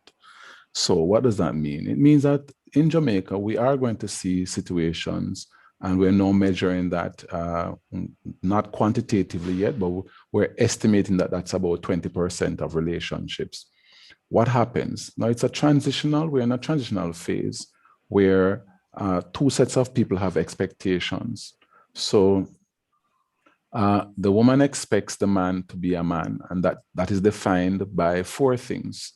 It's defined by his capacity to protect, provide, to nurture, and to be a role model. Now, the society has not made a transition from the 78% of people in Jamaica 78% of families in Jamaica says the number one role a man must play is provide for his family. Now, that's 4 out of 5, roughly, people saying, giving a higher score to a father who even lives abroad, because we give them different scenarios. What if Herbert Gale lives abroad, does not have contact with his children, but sends money home? Give him a score out of 10. And the average was 9. 9, a grade of 9 out of 10. Tap away though, you don't get them kind of grades at school, you know. That's a high grade, 9 out of 10. And what grade would you give a father who stays home and help and wash, cook and clean and takes care of all of these things that make Prof. Anderson proud? 4 out of 10.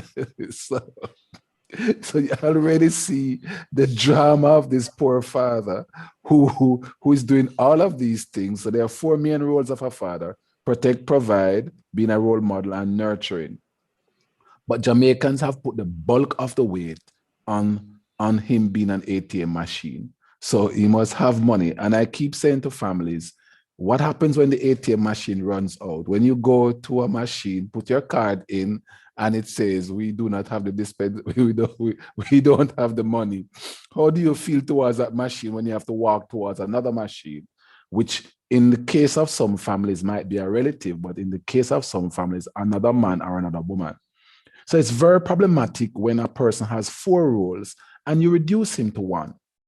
And that's what's been happening. And then Jamaica is isolated in the world scheme of things, because this is where women have the most power, as measured by all the index that we've seen so far. So let's go back to the word that I use a lot in every session I have: partnership. Partnership. There's nothing more beautiful than listening to partners and how they have actually excelled beyond everybody else. So let me illustrate partnership for you. And yes, I'm going to tell you a little bit of my own life. When I went to England to study, the year before I went to England to study, I said to my wife that, hey, we're going to have to make you very emotionally stable before I leave. I cannot leave until you are very emotionally stable, because you're going to have to mind your man. Those are my exact words, because when I go to England, all the money I'm going to have are the monies I will get from being a researcher or so forth. And they're talking about 16,000 pounds sterling, which you can work out, is $3 million. And they don't talk about housing or anything yet. And so I'm going to be living a very mad life and a very dependent life. And she laughed. And I've seen so many families where one person goes to study, and by the time they come back, they are wrecked. By the time I got back, we were stronger, you know, and I would tease her and say, boy, yeah, take care of man. Right? But that's because we're best friends. Now, a lot of families can't do that because from the very beginning, they had hinged that relationship on the wrong set of variables. So a lot of relationships, they don't start with God. That's the first thing. The second thing is they don't start knowing what is the real value of Marlene. Marlene serves a value beyond the other values. And we have to sit down and work out those values. What's the value of Herbs? Herbs has a value. It's not just to bring in money. It's not just to open his mouth and sing. In fact, I know a family where when we interviewed the husband, I would say, what is the value of your wife? She sings well. And everybody was in complete shock. And I think that's part of what we haven't done. We haven't sat down and I've said to people, if you're having this problem, sit down and do a resource sheet. What are all the skills of Herbs? Herbs have a lot of skills. I used to be an a cappella singer, so you write that down, a cappella. Herbs can talk. You write down all the things, and you make sure when things go bad, you draw on those things. It's not so difficult to live together. But people have to begin to be honest with each other and to value each other, because that's the problem. That is the problem.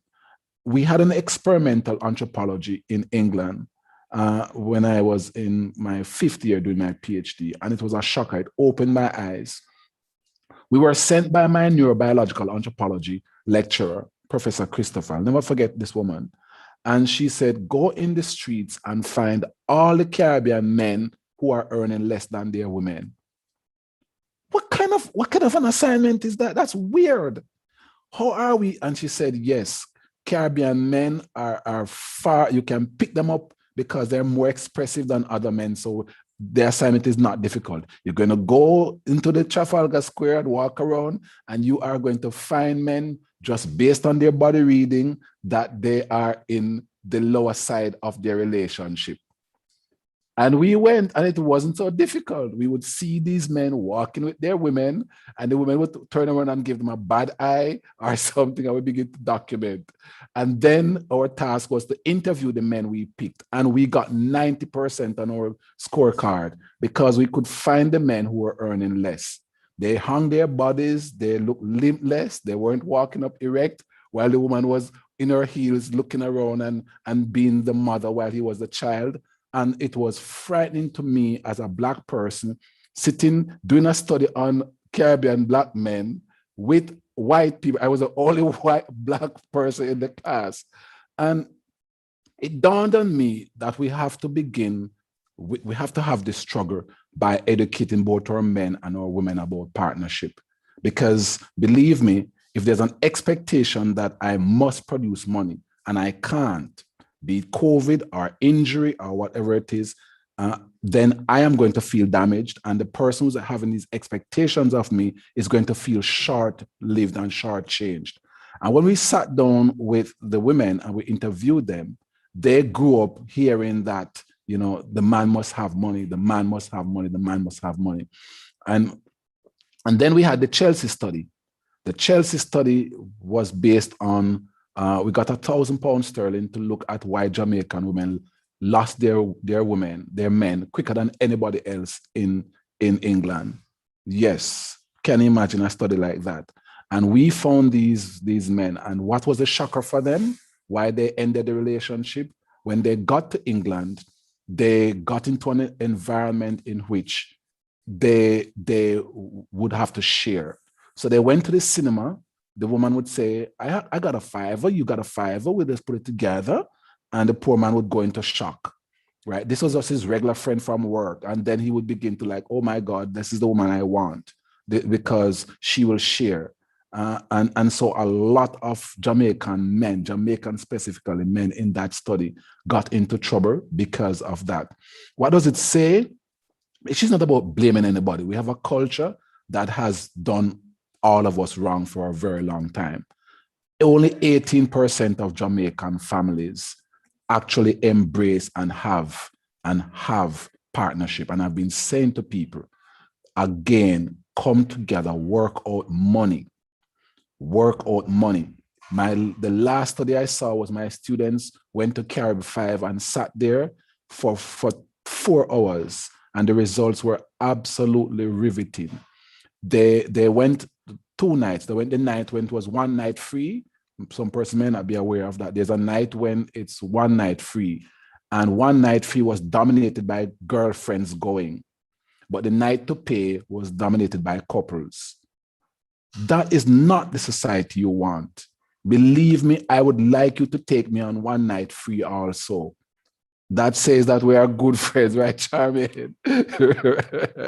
Take me on the 1 night free also, which means that we can have a savings. But what they found, that it was 3.5 times more likely that Jamaican women would take their best friend, who is a girl, on 1 night free. But then on the night when the man comes, it must be a night. There's a lot we have to change. And in our Seventh-day Adventist homes, we're going to beg of us, begin to look at money. Begin to look at money, the way we relate to money. And there's nothing. I have a friend. She said to me, Herbs, I need help. I said, what is the problem? She said, I found a boyfriend. It's been years, Herbs, I don't have a boyfriend.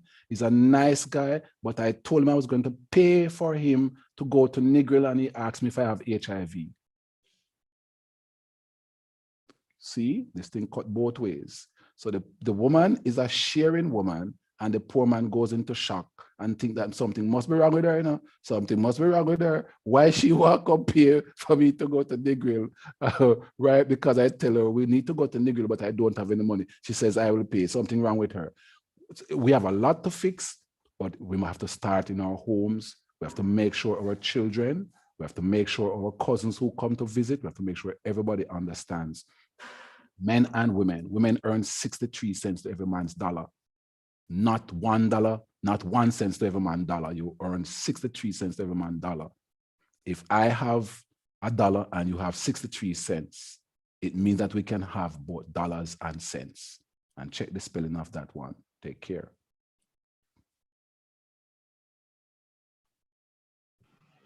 Wow, wow. That's quite some eye-opener, isn't it? I'm sure it is for many of us. So well, I'm just checking to see what the questions are like in the chat there. And yeah, but Dr. French, so we have a situation that we need to change. And I hear that, and I'm like hearing change just knocking at the door. There are so many things that we have to address. But for men who are already in that situation, we know that, you know, we are closed down in this pandemic, and the anger, the frustration, it's just there. It's right up to the neck, and all that is left for them to do is to strike, which we really don't want. And I'm throwing this question out to everybody. What can these men do to prevent themselves? That is to manage the anger so that they are not overcome by it and do the things that they will regret later on.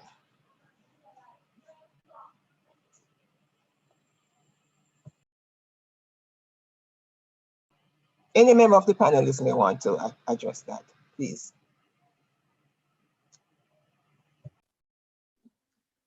If I may, there are some personality traits which are important in individuals that will come to the fore. Most times there is a desire to hit back. Hit back. There's a new expression now that is used, pushback. But that's not God's way. God says to us in the book of Isaiah chapter 1 verse 18, come now, let us reason together. God is his ultimate source of knowledge. He's omniscient. But he says, come, let us reason together. And reasoning has a lot to do with the emotional as well as the intellectual sides of each individual. The fact is that when we reason with one another, as was said earlier, we get the unmasking. We're able to get to the core of each other and to communicate at a level that would allow us to better understand and also decide how to act. Meaning, let us put a scenario. It is said that women speak possibly 20,000 words or more per day, while the man will speak less than half of that. What we're finding is that it takes two to tango, it takes two to quarrel. So when a wife or a female is interested in arguing, talking, and perhaps it lead into what you call disagreements, the easiest way to deal with that from a male perspective is to take yourself away, as Jamaicans, take away yourself. Do not escalate a conversation or to the point where it becomes a quarrel. Take a step back, and that's not being less than a man. Because if I determine that I am not going to, I'll give you a personal experience that I had years ago when I was a bank manager. My wife and I had planned to go to lunch. And we had some friends who were actually my customers as well. And the wife, they were having some marital problems. And the wife came in to see me about 10 minutes or so before I was out due to go to lunch with Mrs. John. And she came to pick me up, and the young lady was in my office. And so, because we knew each other, I said to her, would you like to join us for lunch? And so, Sister Jump agreed for her to come to lunch with us. And we went over to a place by the seaside at Jolly's to have lunch. We were not Adventists at the time.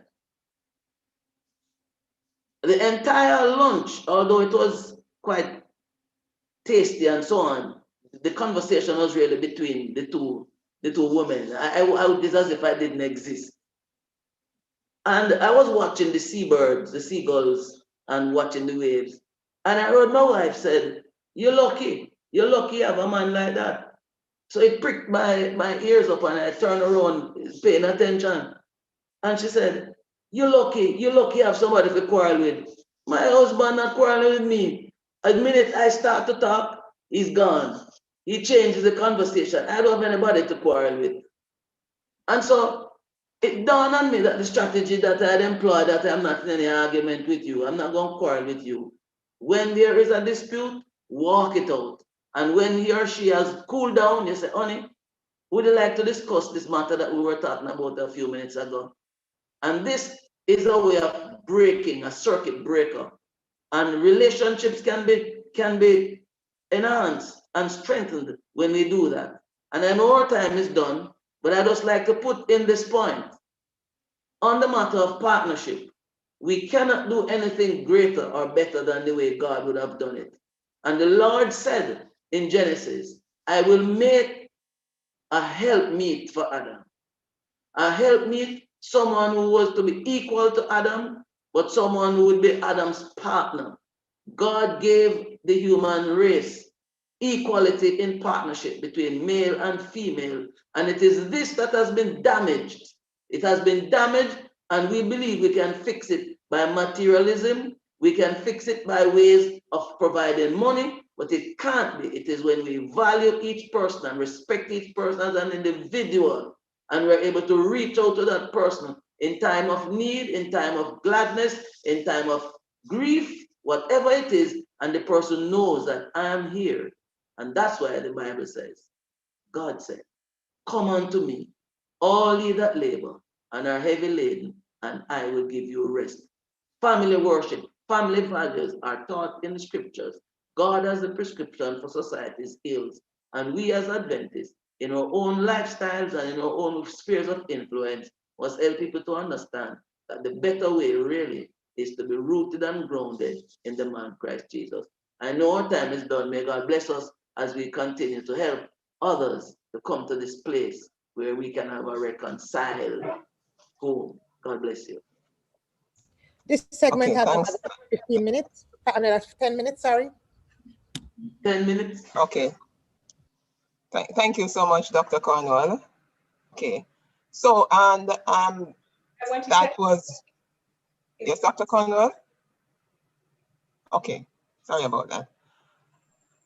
And that was well said, you know, just being able to walk away from trouble. Yeah, that's what it is in a nutshell. And what comes to my mind also is the whole thing of communication. And Dr. Tapper spoke quite a bit about communication.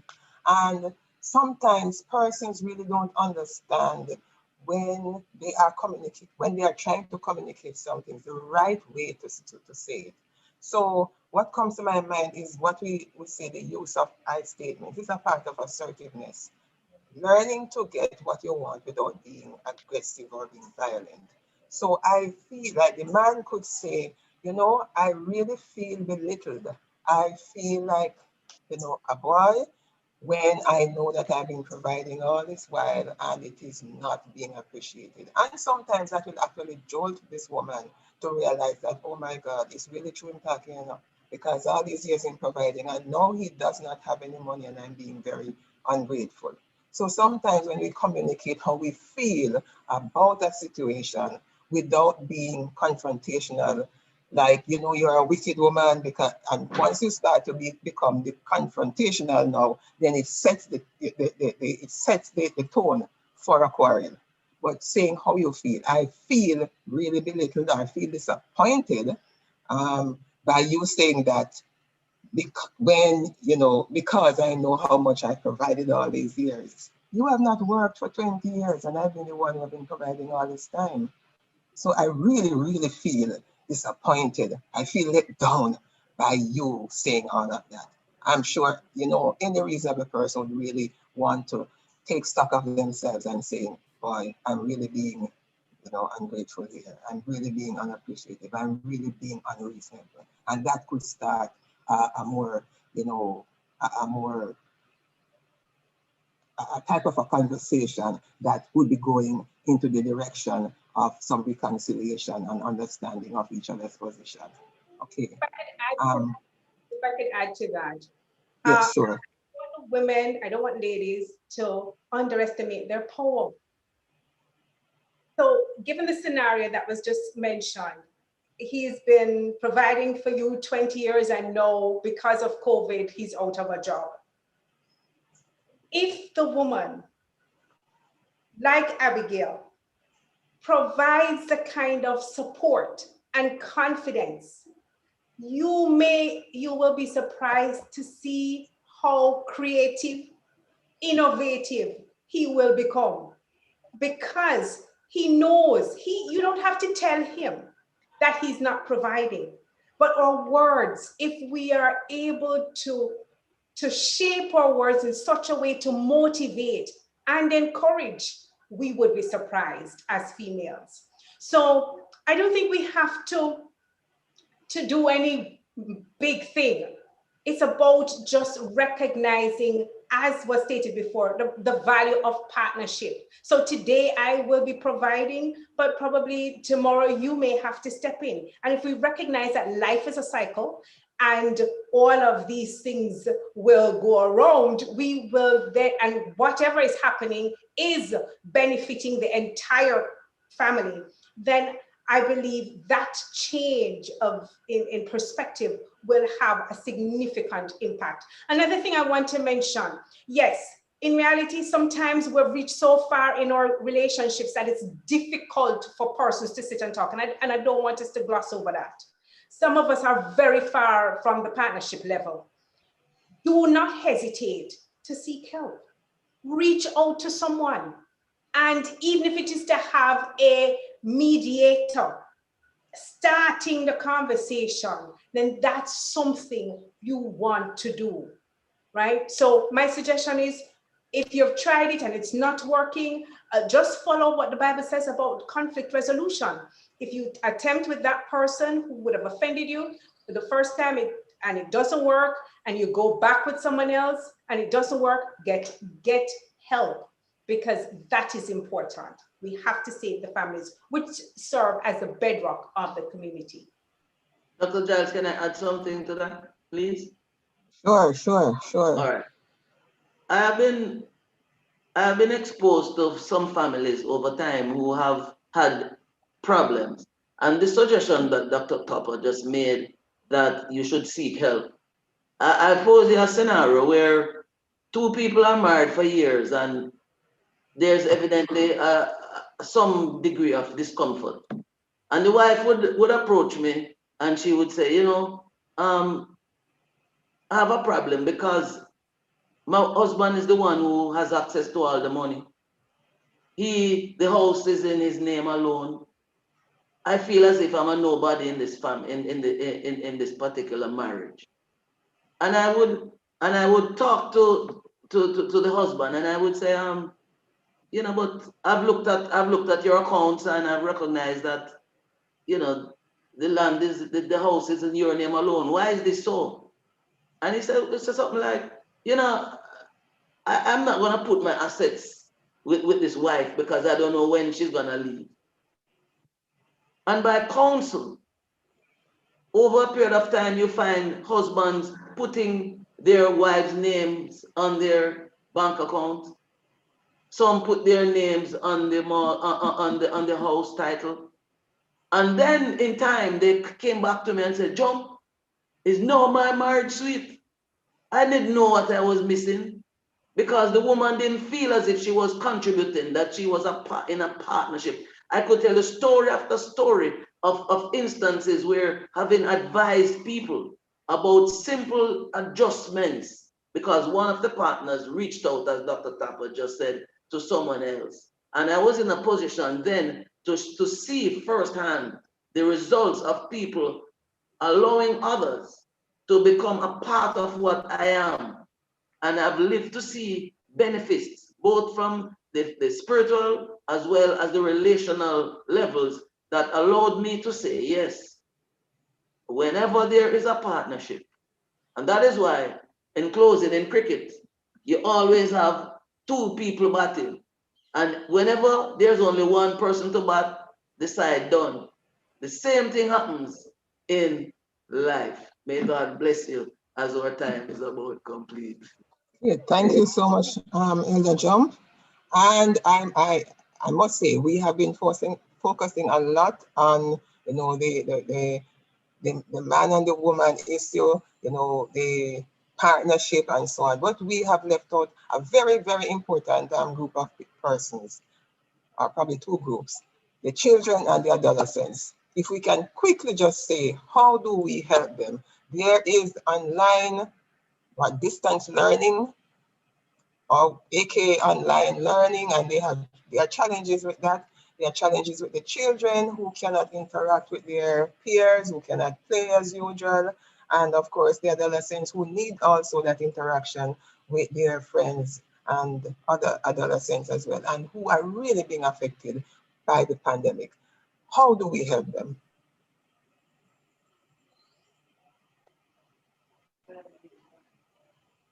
Who wants to take that one? Okay.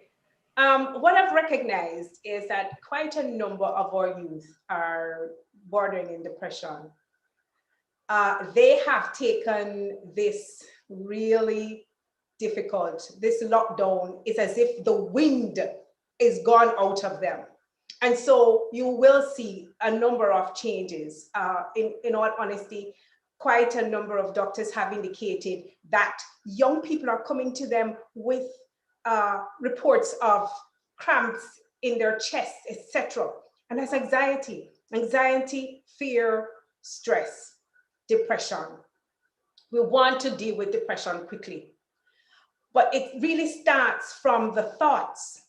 And if we're able to teach our young people how to deal with those thoughts, those negative thoughts, then I think we would have done something really good. We want to remind them that thoughts are not facts.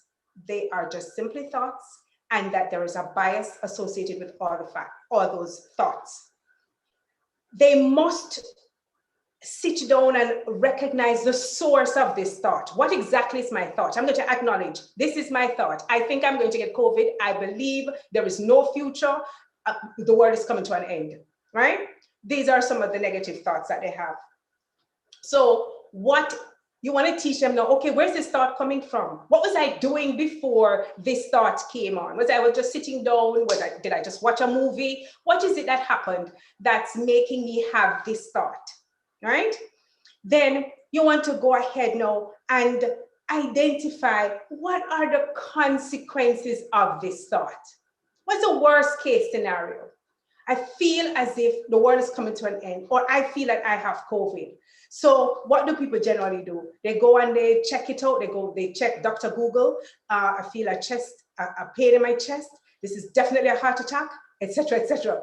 And they then go and check this on Google. But then after they would have checked and thought about it, we want them to move to a very important stage, and that is the dispute stage or the restructure stage. This is using the ABCD model.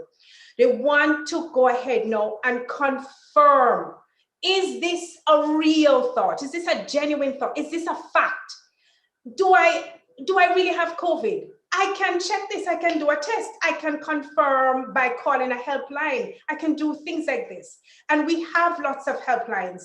I must admit, we have helpline for parents, we have helpline, the COVID hotline. So there are ways in which we can address the thoughts, because we want to ensure that those thoughts do not become so chronic, so severe that they will go ahead and get to a level of depression. And we know studies have shown that depression accounts, untreated depression accounts to two-thirds of the suicide rates. So we want to be very careful. We want to address that. We also want to reduce the screen time. because prior to COVID, we already knew that screen time and connection with social media increased a youth's possibility of being depressed. And now that we have to go online with school, etc., and we have that screen time and we're still concerned about social media, we really have to address that situation. So as it relates to the youth, we want to monitor them. We remember, as parents, we are their greatest fan club member. We have to look out for them. We have to advocate for them. And we definitely need to teach them these techniques in dealing with their thoughts. All right, I'm gonna stop. Okay, thank you so much. Oh, wow. There's still more questions. I have more questions, but I'm being told that the time is up. We have to stop here because there's another segment that is going to be looking at finances, because there's quite a bit of financial challenge during COVID, and there's a third segment coming up. So please don't go.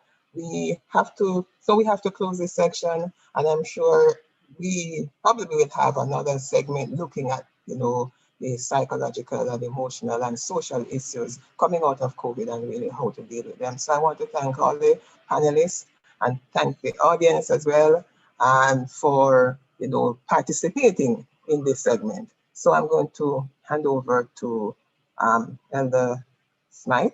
It is, I think. Thank you very much, Mrs. Pottinger-Giles. Good evening and welcome to the third and final segment of this afternoon's program, Surviving COVID, Surviving Lockdown. In this segment, we'll be sharing practical ways of managing finances during this pandemic. It's important to note that this information we'll be sharing through the panel discussion is for your general information and use. In particular, the information does not constitute any form of advice or recommendation by the Andrews Memorial Seventh-day Adventist Church and is not intended to be relied upon by our viewers in making or refrain from making any investment decisions. It's always appropriate to obtain independent advice, and that should be done before making any financial decision. That being said, I'm going to introduce to you members of the panel, Mrs. Magdalena Cooper-Denuse, pension consultant, and Ms. Carol Rose, a financial services professional. Both ladies are welcome to this segment of the program. Thank you, Elder Smythe. Thank you, Elder Smythe. And we'll be inviting viewers, the viewers on the platform, to send us your questions and comments as we seek to have these answered during this segment of the program. Never before have so many individuals and families been financially affected by a crisis that could lead to reduced incomes and the threat of unemployment or illness. In this context, the discussion will take us through what we should be thinking about right now and how to help to mitigate the impact of the coronavirus on our finances. That being said, I'm going to refer to both my sisters in Christ as Sister Magdalena and Sister Carol. So as we go through the program, Sister Magdalena, what is financial health and why is that important, even as we talk about surviving COVID and surviving the lockdown? Thank you so much, and thanks to everybody for Dr. Derry and her team for setting up this session. When I looked at financial health, I just want to make a reference to everybody first, and that is, please go and look online at this morning's sermon for the Health Day today. Pastor Hossein did a very good sermon on COVID-19, and including there some of the NCDs that affect us in terms of how we eventually get COVID-19 and so on. So I want to say that in the context now of what is financial health. And this is what I've come up with. Everybody, if you have, no, before I even do that, let's look at the church. The church, I went and I did some research because I don't have it flowing at, at my fingertips. The church started, the Seventh-day Adventist Church started in 1863, some 158 years ago. The Seventh-day Adventist Church in Jamaica started in 1890, some 131 years ago. And the church continues to be strong because the church has in it, and you know that, Elder Smythe, and you can tell me whether I'm wrong or not, has in it budgeting principles, inheritance management, and generational wealth planning. Those three things. And when those three things are not demonstrated in families, you end up with the kind of problems that we have. If you look at the church really hasn't suffered because it has certain budgeting principles, as you know, and I'm going to just share it quickly in terms of, not necessarily from the church, but in terms of what I've also researched. And that is, if you can put God first in everything that you do, the tithe, 10% offering, 20% investments, 10% savings, 20% investment, 50% personal spending, you will find that that will guide you through, not only during the pandemic, but when you come out of the pandemic, putting God first. Inheritance management, and I heard one of the other speakers, I think it is Dr. Gale, mentioned about dead left. He didn't say that, but this is what I'm saying, dead left fight. Dead left fight only produces poverty. It don't produce nothing else but poverty. And why there's so much dead left fight in Jamaica, I don't know. And you see this pandemic with so many people dying, I am just shuddering to think what's going to happen after this with the amount of dead left fight, because most people in Jamaica don't like to write a will. And many people need to write a will. Everybody needs to write a will, testamentary trust, or individual's trust. So in my opinion, if you are financially healthy, it means that you're not, you know, one of the words that have come up to me very powerful in financial management is the word and. Like, for instance, I would go out and I would enroll people for pension plans. And they'd say, and I said to them, okay, who are you putting as your beneficiary? I know they'll say, they pick me them, especially the woman. They would never say the spouse. Very few men say the spouse, and very few women say the spouse. So they're not looking at the and in a relationship. And it's a love relationship that God has established. He didn't establish a relationship for me and you to just be friends and so. If you're in a family and you're married, it is a love relationship, and therefore it's a and, me and. It's always me and. It's not me, it's not you, it is me and. I think that's a word that we need to bring into our vocabulary. So as we look at financial health, let us look at those three areas. Everybody needs to kind of look at those. How am I doing with my budgeting of my income? How am I including my family? How am I teaching my children? Let me look at inheritance management, not dead left fight. In fact, I want to change the word from dead left fight to dead right management. If somebody dies in your family, how are you now going to manage that inheritance? Not only for yourself, but and for your succeeding generation. How are you setting up your own generational wealth? Those for me are the critical issues of financial health. Thank you, Sister Magdalena. Great start. But there are those who might be saying, oh, that sounds good, but I am now at home. I'm unemployed. I've been laid off and the debts are piling up. How am I to navigate this? I'm going to throw this one out to Sister Carol. What would you say to that person regarding debt and managing their debt in their current situation? So they are unemployed, they are at home, debts are due. How would you advise them to treat with that? Thank you, Elder Smythe. Good evening to the viewers on the YouTube platform.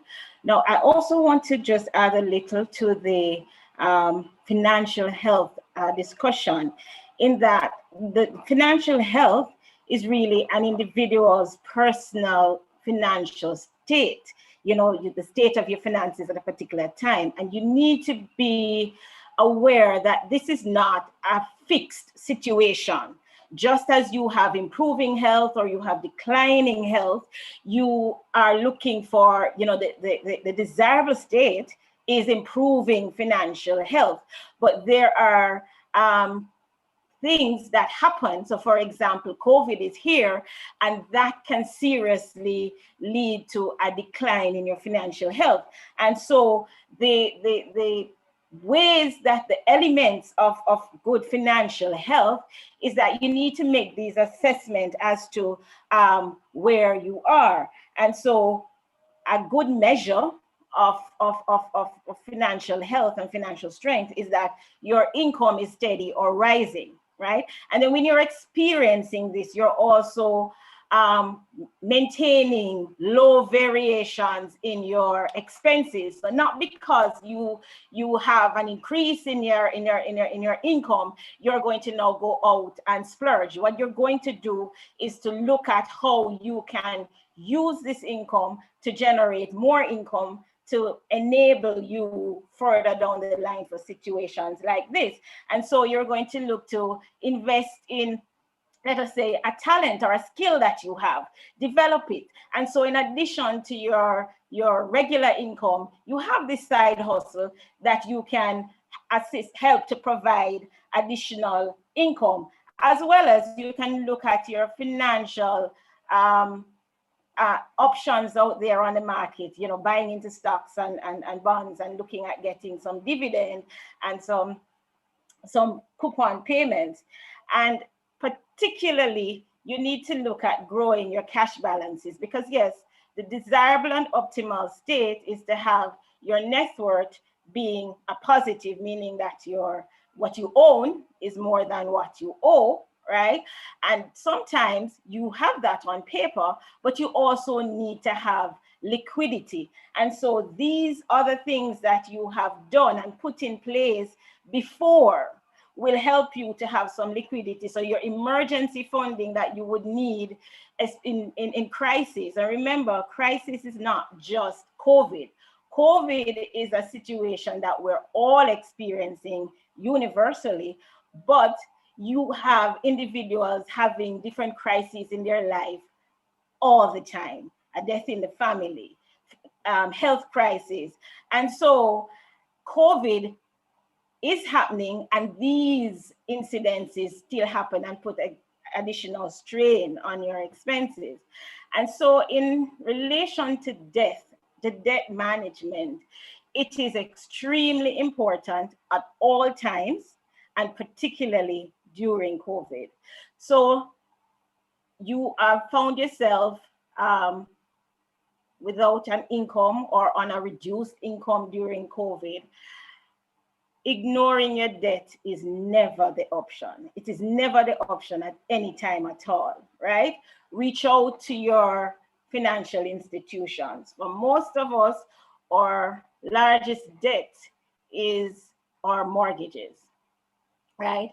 The NHT, the building societies, the banks, they have all advertised that come in, talk with us.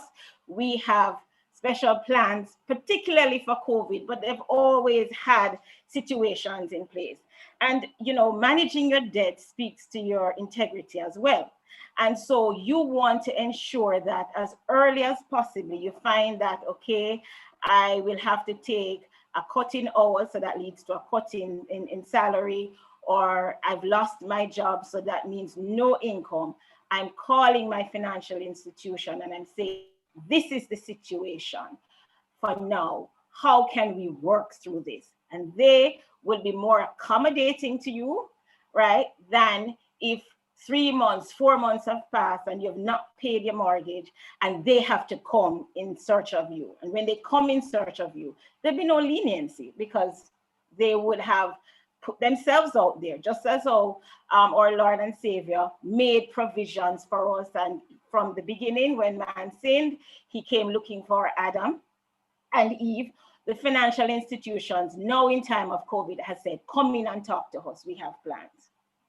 All right, and that's a very, very good point, Sister Carol, because especially we are now operating in an economy that has credit ratings.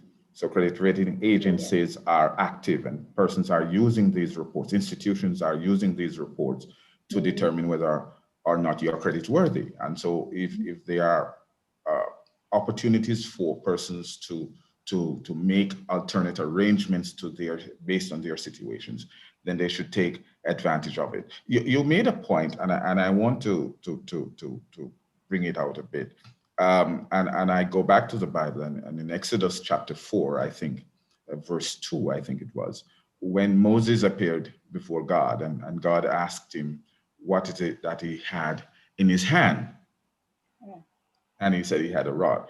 I think it is important that persons assess what they have, because quite often you find that people will say that, well, I don't think that I am financially healthy, or that I have anything that is worth converting to help me in my situation.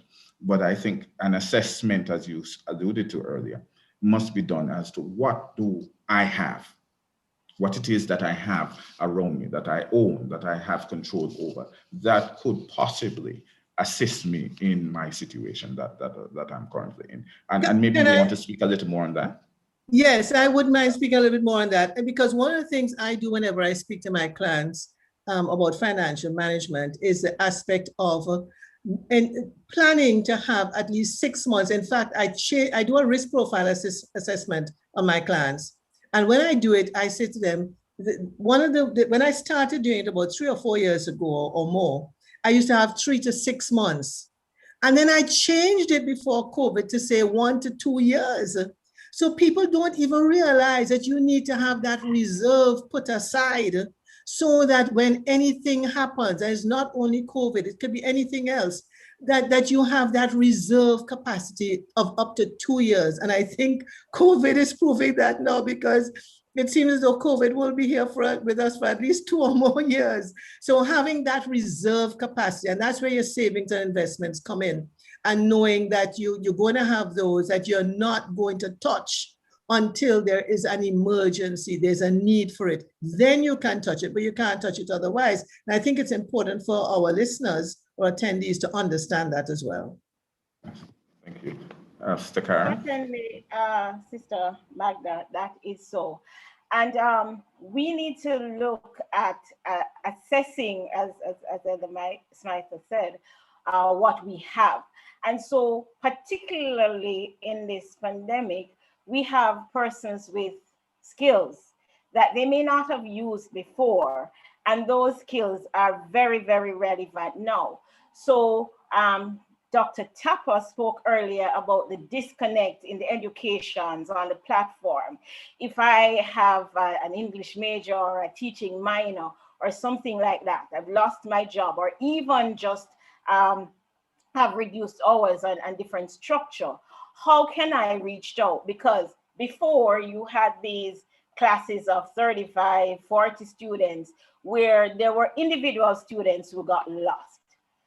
Imagine now on a platform how lost they'll be. And so persons are looking for tutors for a one-on-one for their child. Do you have that sort of a skill and can provide that? We have gone online in many cases, and so there is the need for instructional videos. There's the need for digital artist. I hope I'm using the term correctly. And so reach out, because these videos need to be created. Reach out to the marketing institutions or companies themselves to say, I have this skill, I can provide this service to you, right? So that you can assist your clients in getting better use of digital platforms. So use up the service, the technology and the skills you have. Also, the space you have. You may have a backyard, a side yard, a front yard, right? Look to planting a garden, right? I know that RADA had advertised that they had some starter kits, which included seeds and a fork and some pesticides, that sort of a thing. Reach out to them. You can supplement both your own consumption and your income, because when you have grown your garden to a state where it's producing more than you can use for yourself, you can sell, to earn some income from this. And so these are some of the things that you can look at to help to mitigate your loss of income during this time. Something Sister Magna.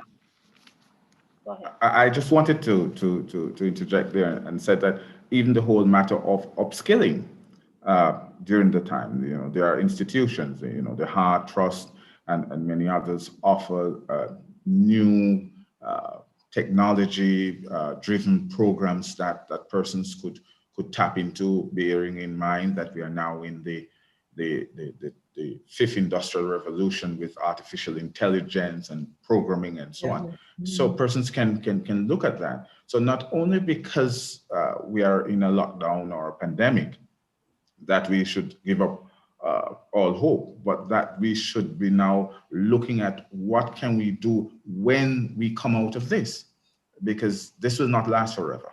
Yes, Sister Magdalena? Yes, I think there's one other thing that I think we as a church need to do. I think we need, and I was at a session last night in Canada, I think we need to create a safe space as one of the solutions to help people who have those issues during the pandemic now with this relationship. Because remember, that money is about relationships. Money is not say money is out there and it's hanging out there. No, you get money or you are able to get access to money because of relationships. It's not because of necessarily who you are, but the relationship that you have with your spouse, with your bank, with your children, whoever the case may be. So it's relationships. So I would suggest that we really look at and consider, how do we create a safe space? Because, even yesterday, somebody called me up from out of town and said to me, oh, they don't have this, and if I can get them some money for this and that. And I said, okay, tell me what you have. And the people had land. I said, what are you doing with it? What are you doing with it? Okay, and the conversation ended right there because I said to the lady, why don't you try and lease the land or grow something on the land and see if you can get some income from it? She was surprised that she could even get. So I think we need to create some safe space within the church that people can call in and say what their issues are, and then we can help them to see how, because we are in a relationship. If they go down, if people in our church go down in the community, why the community go down, we go down too.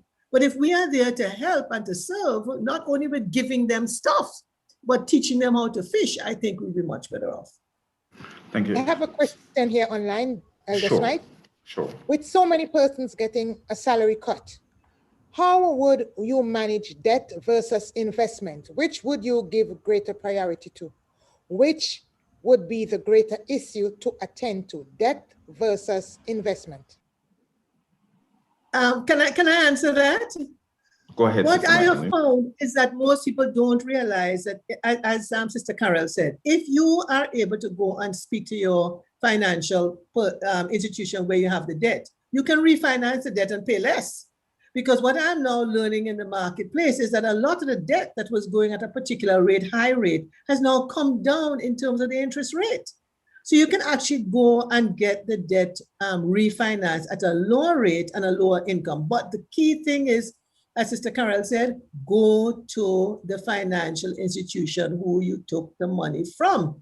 That's the key, because remember that money is about relationships. And what you don't want them to do is come and take away. I've been into situations like that. And if I didn't have a relationship with the bank, I don't know where I'd be today. So it's very, very important to put money in the context of a love relationship. Love relationships include or should take into consideration forgiveness and reconciliation. But you can only do that if you put God first and you're willing to have an open discussion on what the situation you're in right now. Okay, Sister Carol. Should there be any investments now? Okay, so if you have a budget guide, like what I said earlier on, 10% tithe, 10% offering, 10% savings, 20% investments, and 50% personal spending. If you have a budget, then you can tweak what you can do. But if, let's say, you're putting aside 20% for investments, let's say, only can do 5%, then that's fine. But you need to go back to the budget, which gives you that guidance as to what you can or cannot do. And that's the guide that I think should be taken. Go ahead, Sister Carol. Okay, I certainly agree with what Sister Magdalena has said. It doesn't have to be one or the other. Your budget should be able to guide you. You should be able to speak with your financial services person, both on the lending side and on the investment side, to see what it is that you can do with what you now have. And so you will need to restructure your budget. You may need to restructure your budget because you're now earning less, and there may be other demands to have increased your personal spending. However, it should not necessarily be one or the other. Just have a look, have the discussion, reorganize, and see where you do both. And also to ensure that you're creating value. Whatever you're doing, you're creating value for yourself for the future. So you're not just addressing something now, but that whatever you're investing in, that it is creating something for the long term. Sister Magdalena. Yes, and that is why I don't know, I don't think it applies to you, to both of you, but I don't know about everybody else on this platform today. What I realize is that a lot of people don't understand the principles of annuities. Annuities provide for a guaranteed lifetime income. That's what they do. A lot of people get an inheritance and they go and they spend and spend and spend, only to find that what they've spent on, they can't maintain it. But if you look, first of all, to have a guaranteed lifetime income, which also provides for benefits for your survivors, then you'll be far better managed, because it's the income that you're going to manage, not the capital sum that you get from the inheritance. So I think what has happened is that somewhere along the line, we've kind of not connected the dots between capital, income, budgeting, spending, investing, building personal wealth, inheritance management, and generational wealth planning. Somehow or the other, we just haven't been able to connect those dots. And I hope that very soon we can connect those dots, help the people in our church, help the people outside of our church, and help the community at large, because that is where I think people don't understand. You must understand what annuities are. I have had clients who when I've shown them how to have, because I do pension work, a lot of that, I've shown them, take an annuity. Oh no, I can spend my money. You can't tell me how to spend my money. And some of them who I have told to get an annuity years ago are now coming back and say, I lost over $2-3 million because I tried to manage the money myself, and now I don't have no other income to replace it. So I think that there needs to be a discussion at some point in time about what annuities are, understanding how you put it into place, understanding where it's appropriate, so that people can understand that there is income that you can continue to get until death us do part, which is in the form of annuities. Thank you, Sister Magdalena. I'm hearing that brother or that sister saying, oh, that sounds nice for those who have a lot of money, but I don't have any money. I live in a rent house. I as I said, I lost my job. The kids are there and things are happening. And I want some practical, what can I do today, tonight, tomorrow morning, that will assist me in seeing my way out of the situation that I'm in. What are some practical things, some small things that you would put to them to say, look at these things and see how these, by making an adjustment here, putting something there, can turn around your situation in the short term? I would go ahead, Karel. Okay, I spoke earlier about reducing the variances in your personal spending, the variation, lowering that. And that is one of the areas that you can look to immediately. What areas can I reduce? What is it that I have? Do I have a streaming service that I don't need? I can cut that. Not that I don't need it, but right now with my change situation, it is not a necessity, and that can go.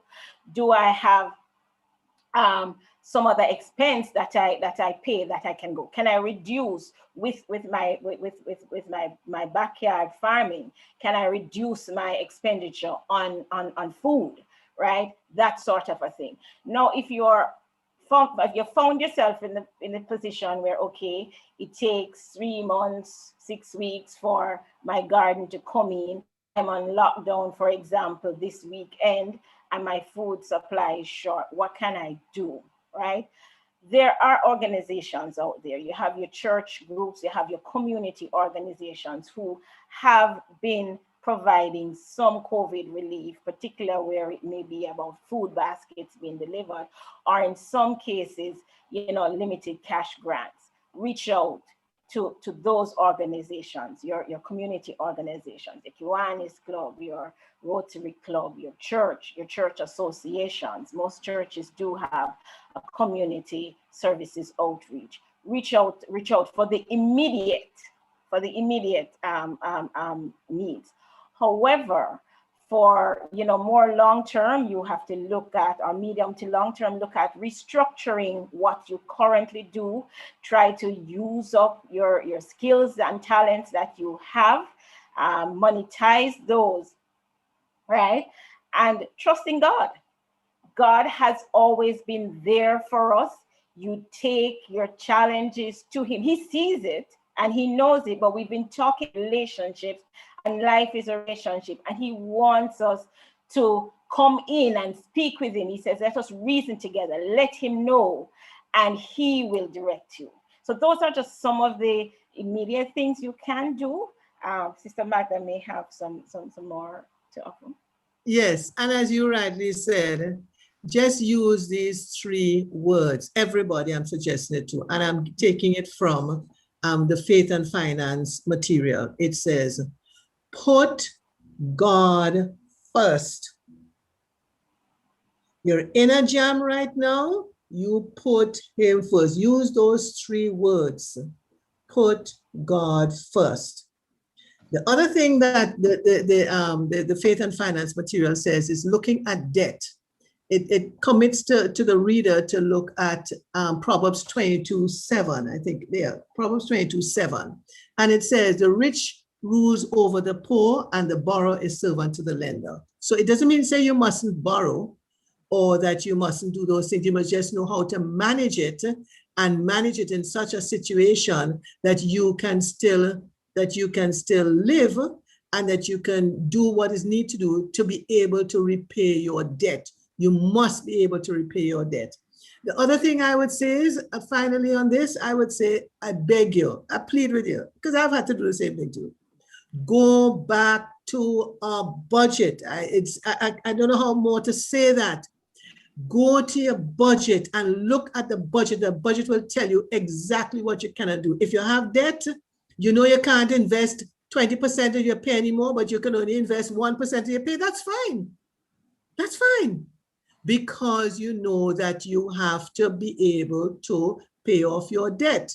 The next thing is that you look at your sources of income in the event of disability, old age, and death, which is retirement. And those are the NIS, the NHG, and so on, and all those kind of plans that you're in at work, or if you're in them on your own. So don't just go out there and feel, oh, well, we can't pay the debt, and ask him just running me down for the debt. The bank now can't seize COVID. No.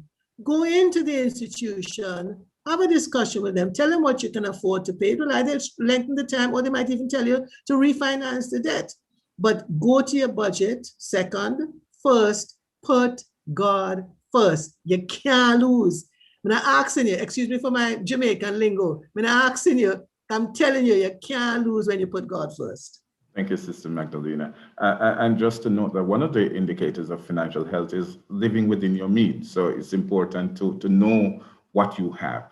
There's a question coming in, Sister Magdalena. I don't know if you can address that, maybe just give a snippet, because it may take a longer time, asking you to explain how annuity works. I am so happy for this question, because people ask me it all the time. I'm just so happy for it. No, what I would say is this. NIS operates on an annuity basis. What an annuity is really saying to you, there are 2 types of annuity, a deferred annuity or an immediate annuity. NIS is a deferred annuity, but when you start to get the pension payments from NIS, it's called an immediate annuity. Your superannuation fund at work, your retirement scheme at work, or if you have it on your own, all of those are called deferred and deferred and immediate. You can do the same thing when you get an inheritance amount of money. You can say, okay, so let me go back and say what an annuity is. An annuity is is a method of giving a capital sum or building a capital sum with the objective, not a money, with the objective of getting a guaranteed lifetime income. That's what an annuity does. So you need to decide whether you enter a deferred, which means somewhere down the road, you're going to be taking that capital sum that has accumulated and giving you an income, or is it immediate that you have now come into a lump sum of money because of inheritance, and you're now going to take it and buy an annuity with the objective and the purpose-driven life of getting a guaranteed lifetime income. And I want to say it another way, a guaranteed lifetime indexed income. Always remember that when you're going to choose an annuity which also has a feature in it that allows your payments to increase over time. Very important. Hope that answers the question. And yes, I think that will address Shelby's question. And just to remind our viewers that, once this is just building your financial literacy, and therefore it does not preclude you having a sit down with your financial planner, your certified financial planner, to work out your specific arrangement for you. I've heard a number of things this evening because time is fast ending, and I've heard about looking at your budget, building relationships, whether it is within your family unit, with your financiers, whether it's the bank, the credit union, and so on. I've heard the idea of, if you have space, whatever you have, use it. If you have space, you could maybe set up the recommendation of having a chicken coop and rear some chickens, or whatever it is, plant there's a garden, and to reprioritize how it is that you use what you have. Persons might have to change. If you used to eat out, you may now have to be cooking at home, just to save some cash. So that those are some very important tenets that I think we want our viewers and listeners to take away. And it's also important that you're not to lose heart. Yes, God is still in control. And times like these, we tend to feel overwhelmed. But we must remember that God is still in control, and we can trust Him, and we should reach out. The church has avenues, persons available, the pastor, elders, reach out and share, and so that's how ideas come about. Something you might not have thought of may be brought to the fore and may be beneficial to you in the process. That is I'm going to give you all just a minute to sum up if there's something finally that you wanted to bring out. I just see in the chat here, what's the difference between an investment and an annuity? Yes. An investment doesn't give you necessarily a guaranteed lifetime income. So they're both investments, but the purpose of each one is different.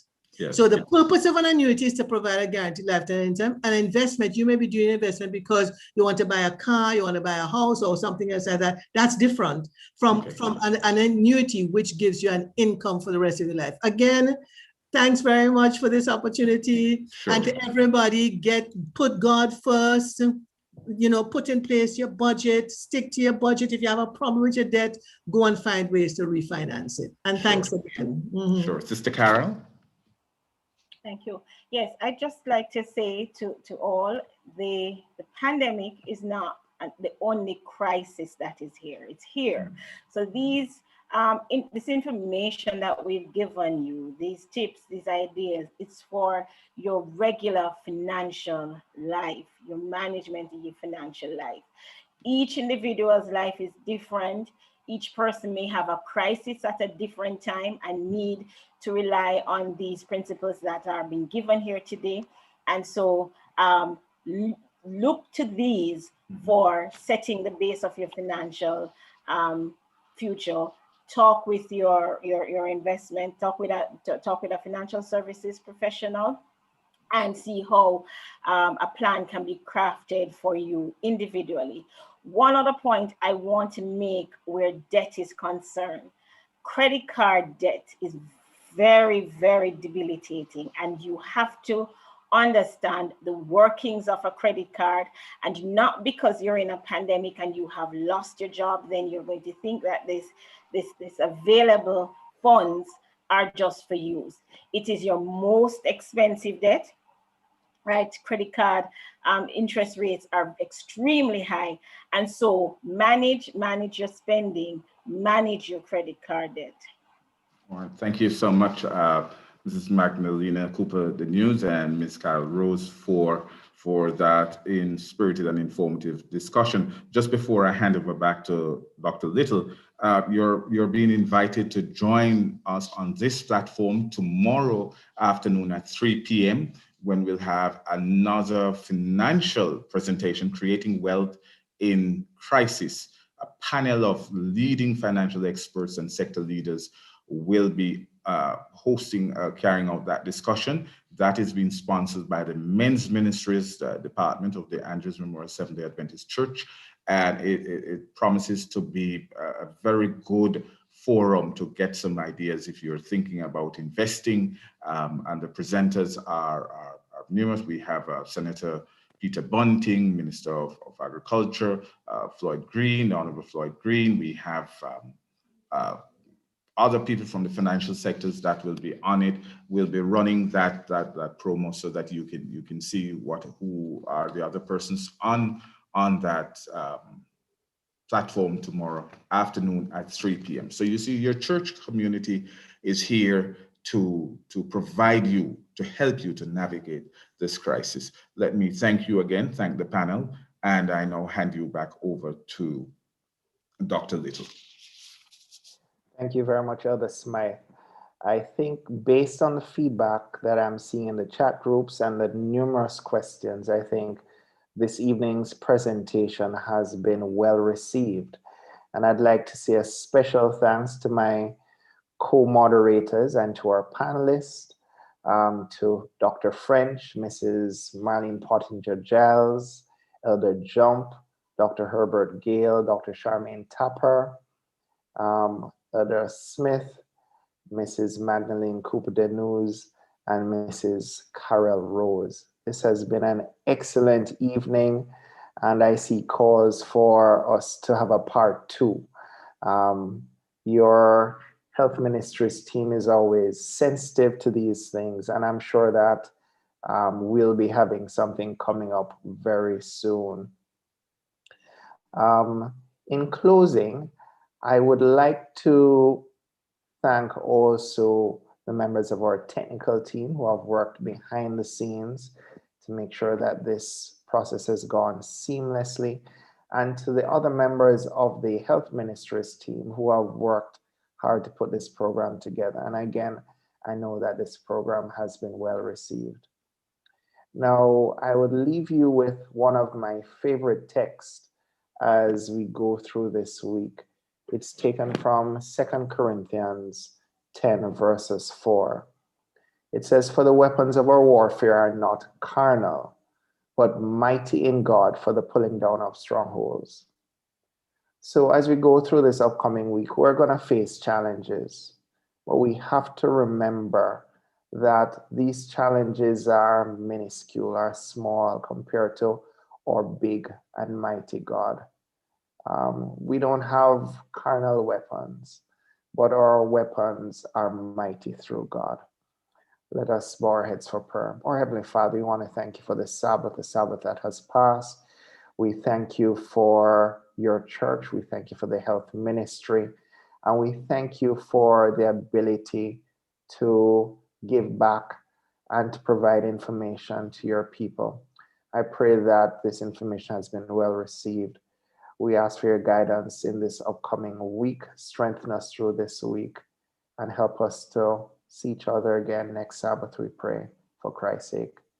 Thank you very much, everyone. Thanks for joining us, and we look forward to seeing you again on this platform.